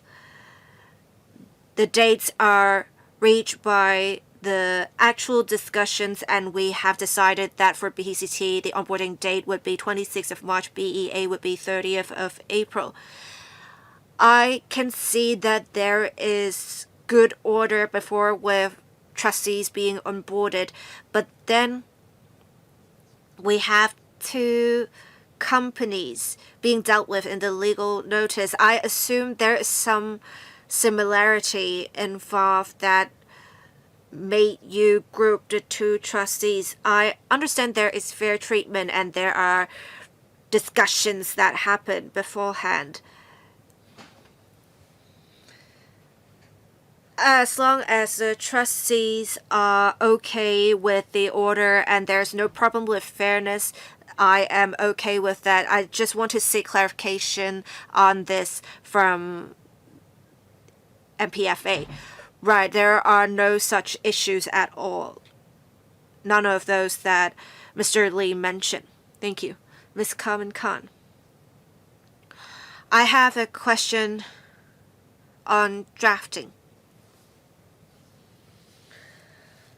Now, the onboarding dates are designated to be 26th of March and 30th of April, as Mr. Robert Lee mentioned.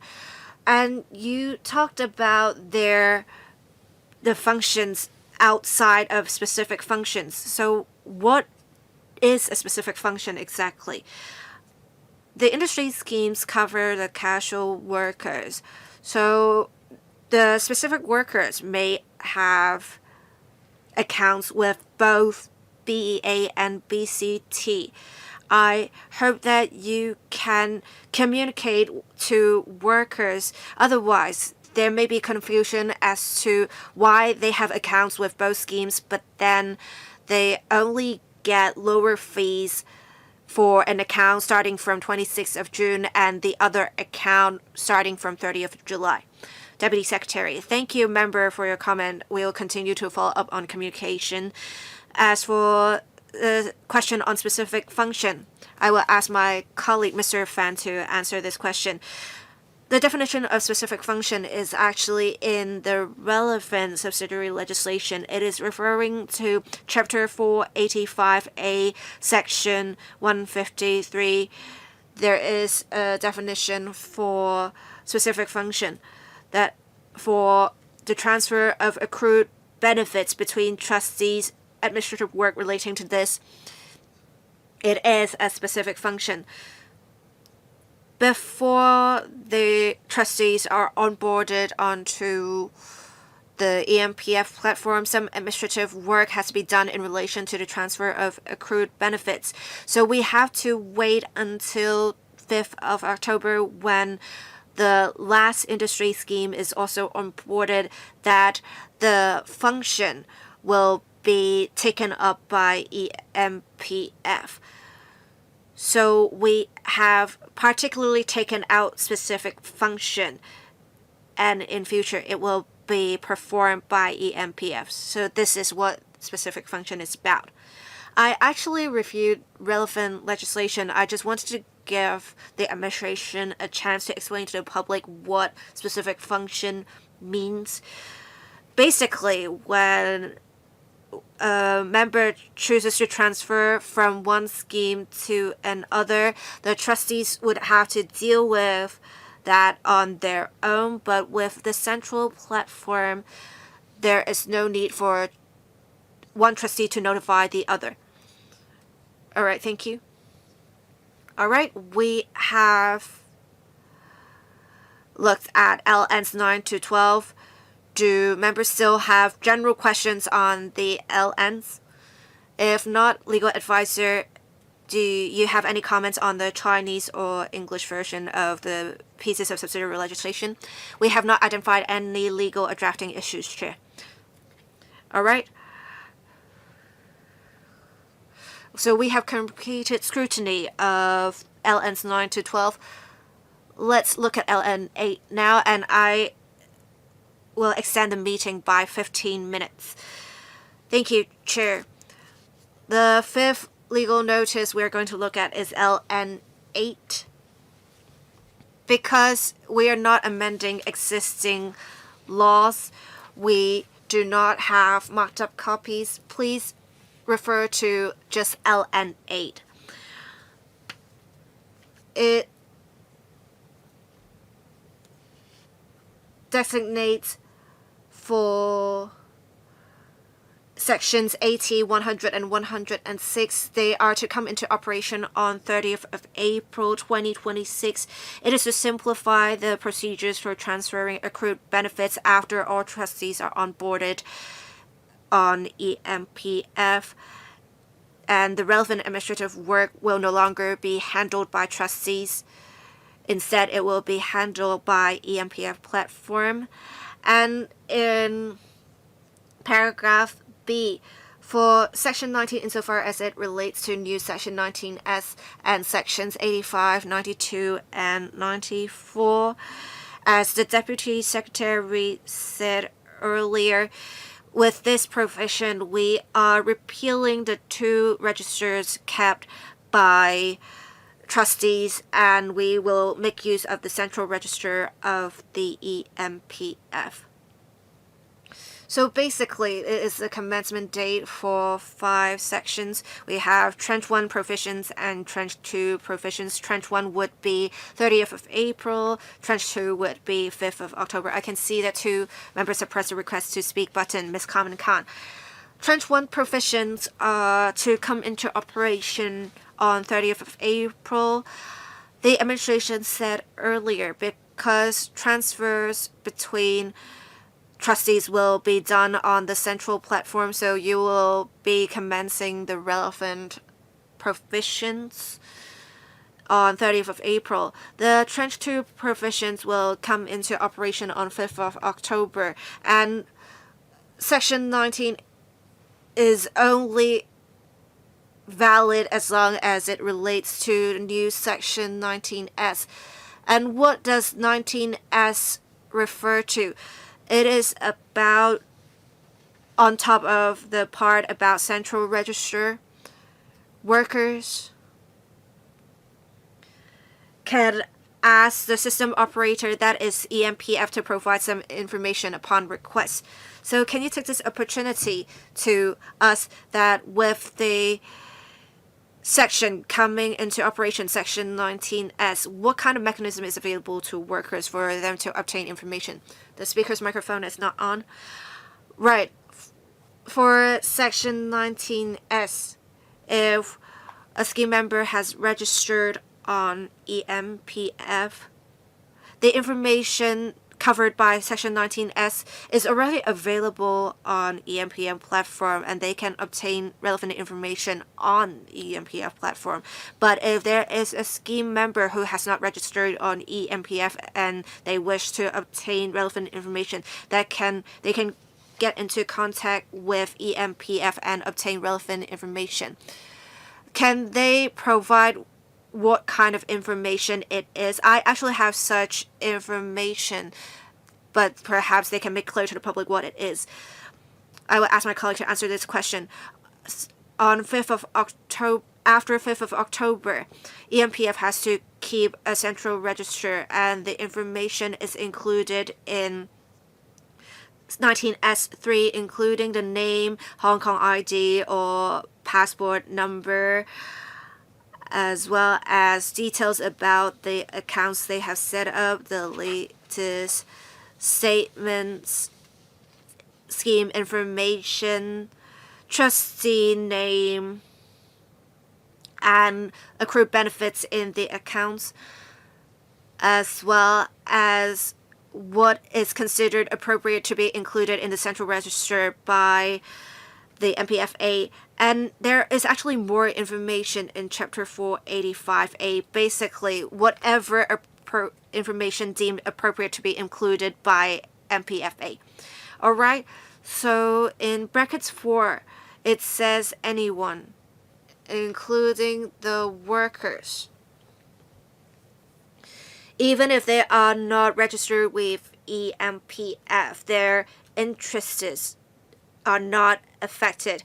With the central register coming into effect after 5th of October, through subsection 4, power is granted to individuals to ask for such information from eMPF. Can you tell us specifically what has to be included in the request? Will the process be complex? Is it Mr. Lawyer who will answer the question? Well, it's actually very simple. It is a paper form and one has to fill it out, and we will provide relevant information. I think we have to make clear what it is. The principal ordinance has been passed a while ago. I think we need to make clear anyone. I guess specifically it would be workers, but because it says anyone, can an individual who is not the account holder can obtain relevant information. Actually, Section 19S said that it can be an authorized representative or someone handling the estate of a person. They can obtain such information via written form or other designated forms with eMPF. Mr. Holden Chow. Thank you. I also want to talk about Section 19F. Under LN8, it is made very clear that there will be a central register. For the public's understanding, it is basically about how all trustees have been onboarded. The central register can come into effect for people to inquire information. We have we have already 22 funds that have already, or 22 trustees that have already been onboarded. And we're talking about the commencement date being on 5th of October, where the information will all be available after the 2 trustees have been onboarded in March and in April. Now, with the industry schemes, it covers 2 industries that are less formal and they have a lot of casual workers. I understand with you setting the date to be 5th of October, you are quite confident you can meet the goal. But can you really explain whether 6 months would be enough for you to prepare so that on 5th of October, everyone can check their information on eMPF? MPFA? Let me explain it this way. We came up with the date of the 5th of October, and between the 30th of April and the 5th of October, there will be some time, and it is not for us to get the system ready. It is to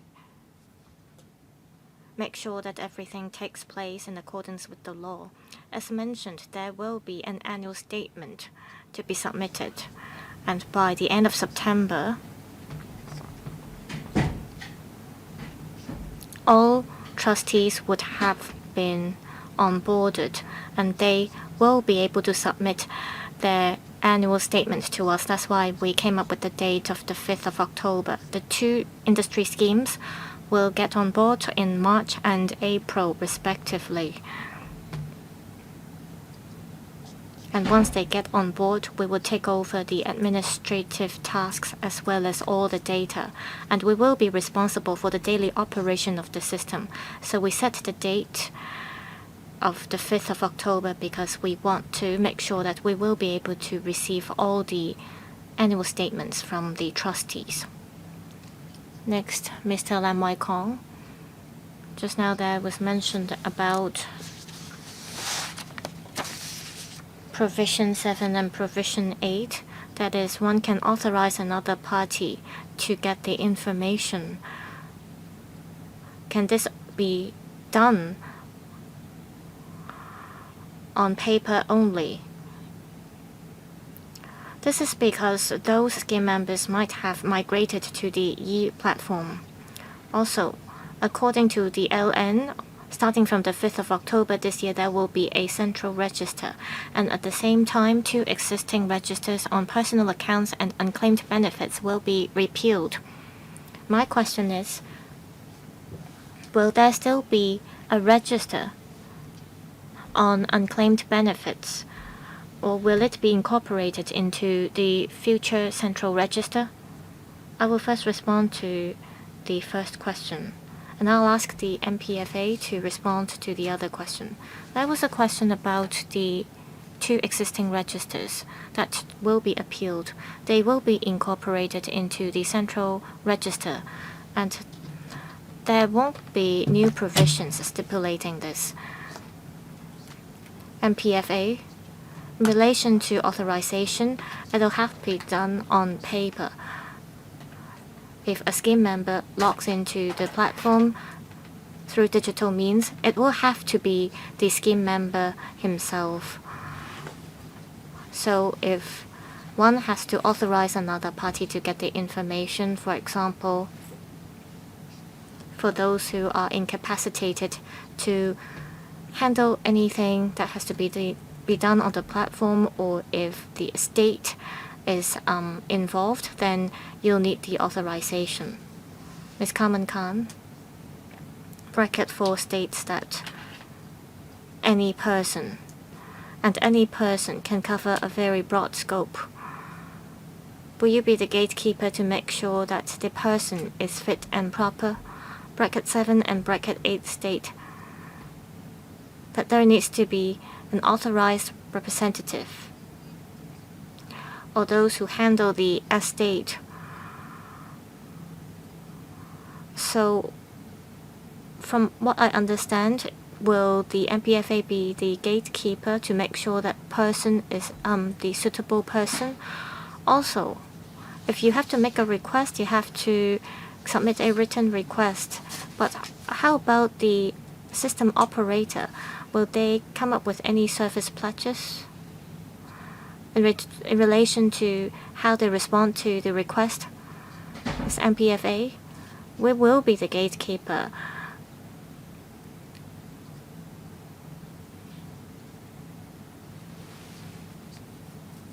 As mentioned, for those who have to deal with the estate and those who are incapacitated to handle their personal information, we work with the trustees to deal with these cases.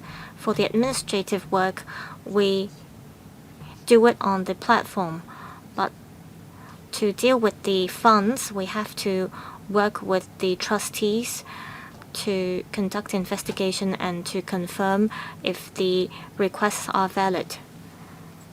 Ms. Kamen Khan.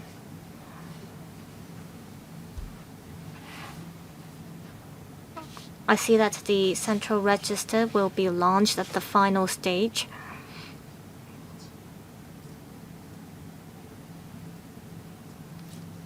So the Tranche 2 provisions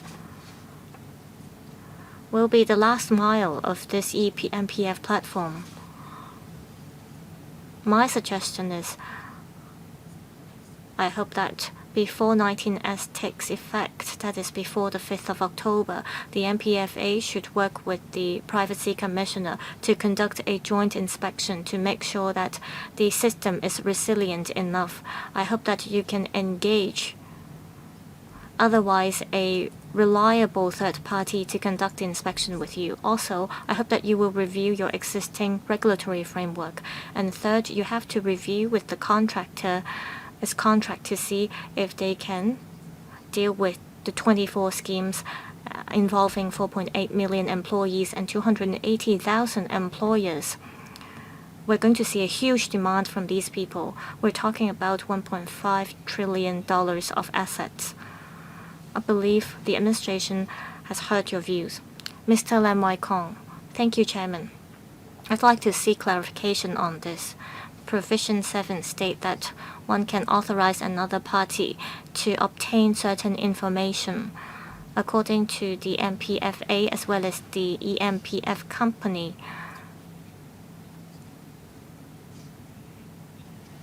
will such a situation arise only if the scheme member is incapacitated to deal with the information himself? Do you have any presumptions of what kind of situations they will be? No presumption. Anyone can authorize other parties to get access to the information. Only information about that particular scheme member, right? Yes. Mr. Holden Chow, I see that according to Legal Notice 8, starting from the 5th of October this year,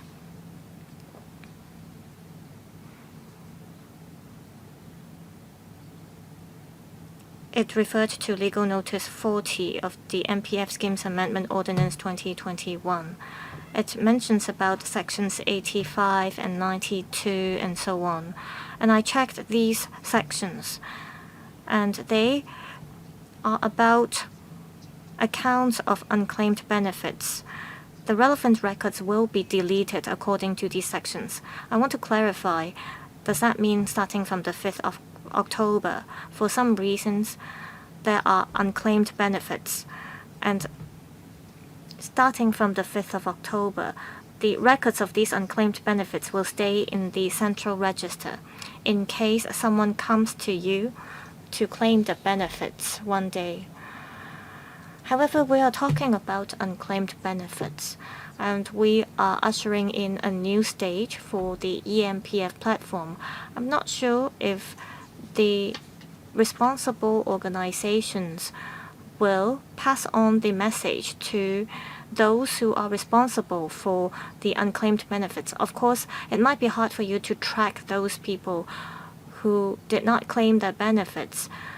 They could, for many reasons, not claim the benefits. I just want to know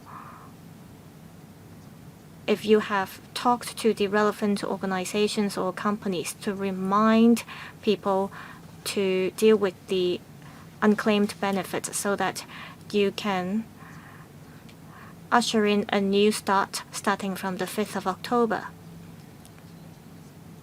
The money will be there. It will be kept by the trustees.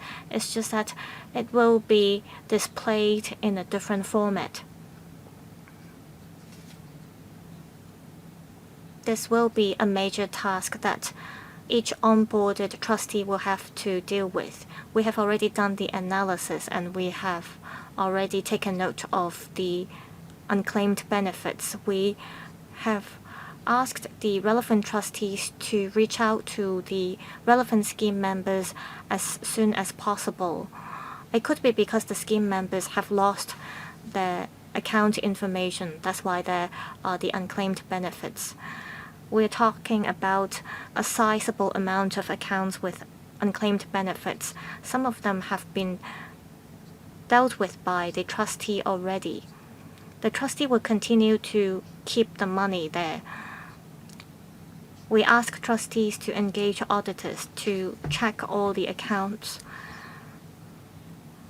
and we only receive or accept audited information submitted by the trustees. We will keep in view the central register in the future, and on a regular basis, we will discuss with trustees to see how we can get hold of the scheme members who hold accounts of unclaimed benefits to help them claim or get the benefits. There are only 4 minutes left. Concerning Legal Notice 8, are there any other questions? If not, I'll invite a legal advisor to tell us if there are any problems with the Chinese and English version of the legal notice. We did not identify any legal or drafting issues concerning the legal notice. Well, if that's the case, we have completed the scrutiny of the legal notice. In the remaining few minutes, we will complete the scrutiny procedure to make sure that there is enough time for us to deal with all the matters, including any potential written submissions that we might receive. I will, on the council meeting of the 25th of February this year, move the motion to extend the scrutiny period of the 5 pieces of subsidiary legislations to the 18th of March. Please take note of the following schedule. As I mentioned, I will move a motion to extend the scrutiny period on the 25th of February. There is a deadline for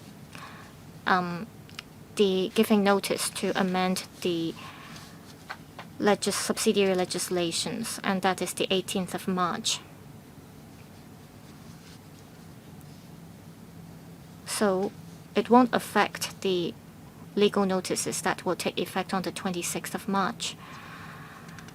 I will make a report on the 27th of February to the House Committee.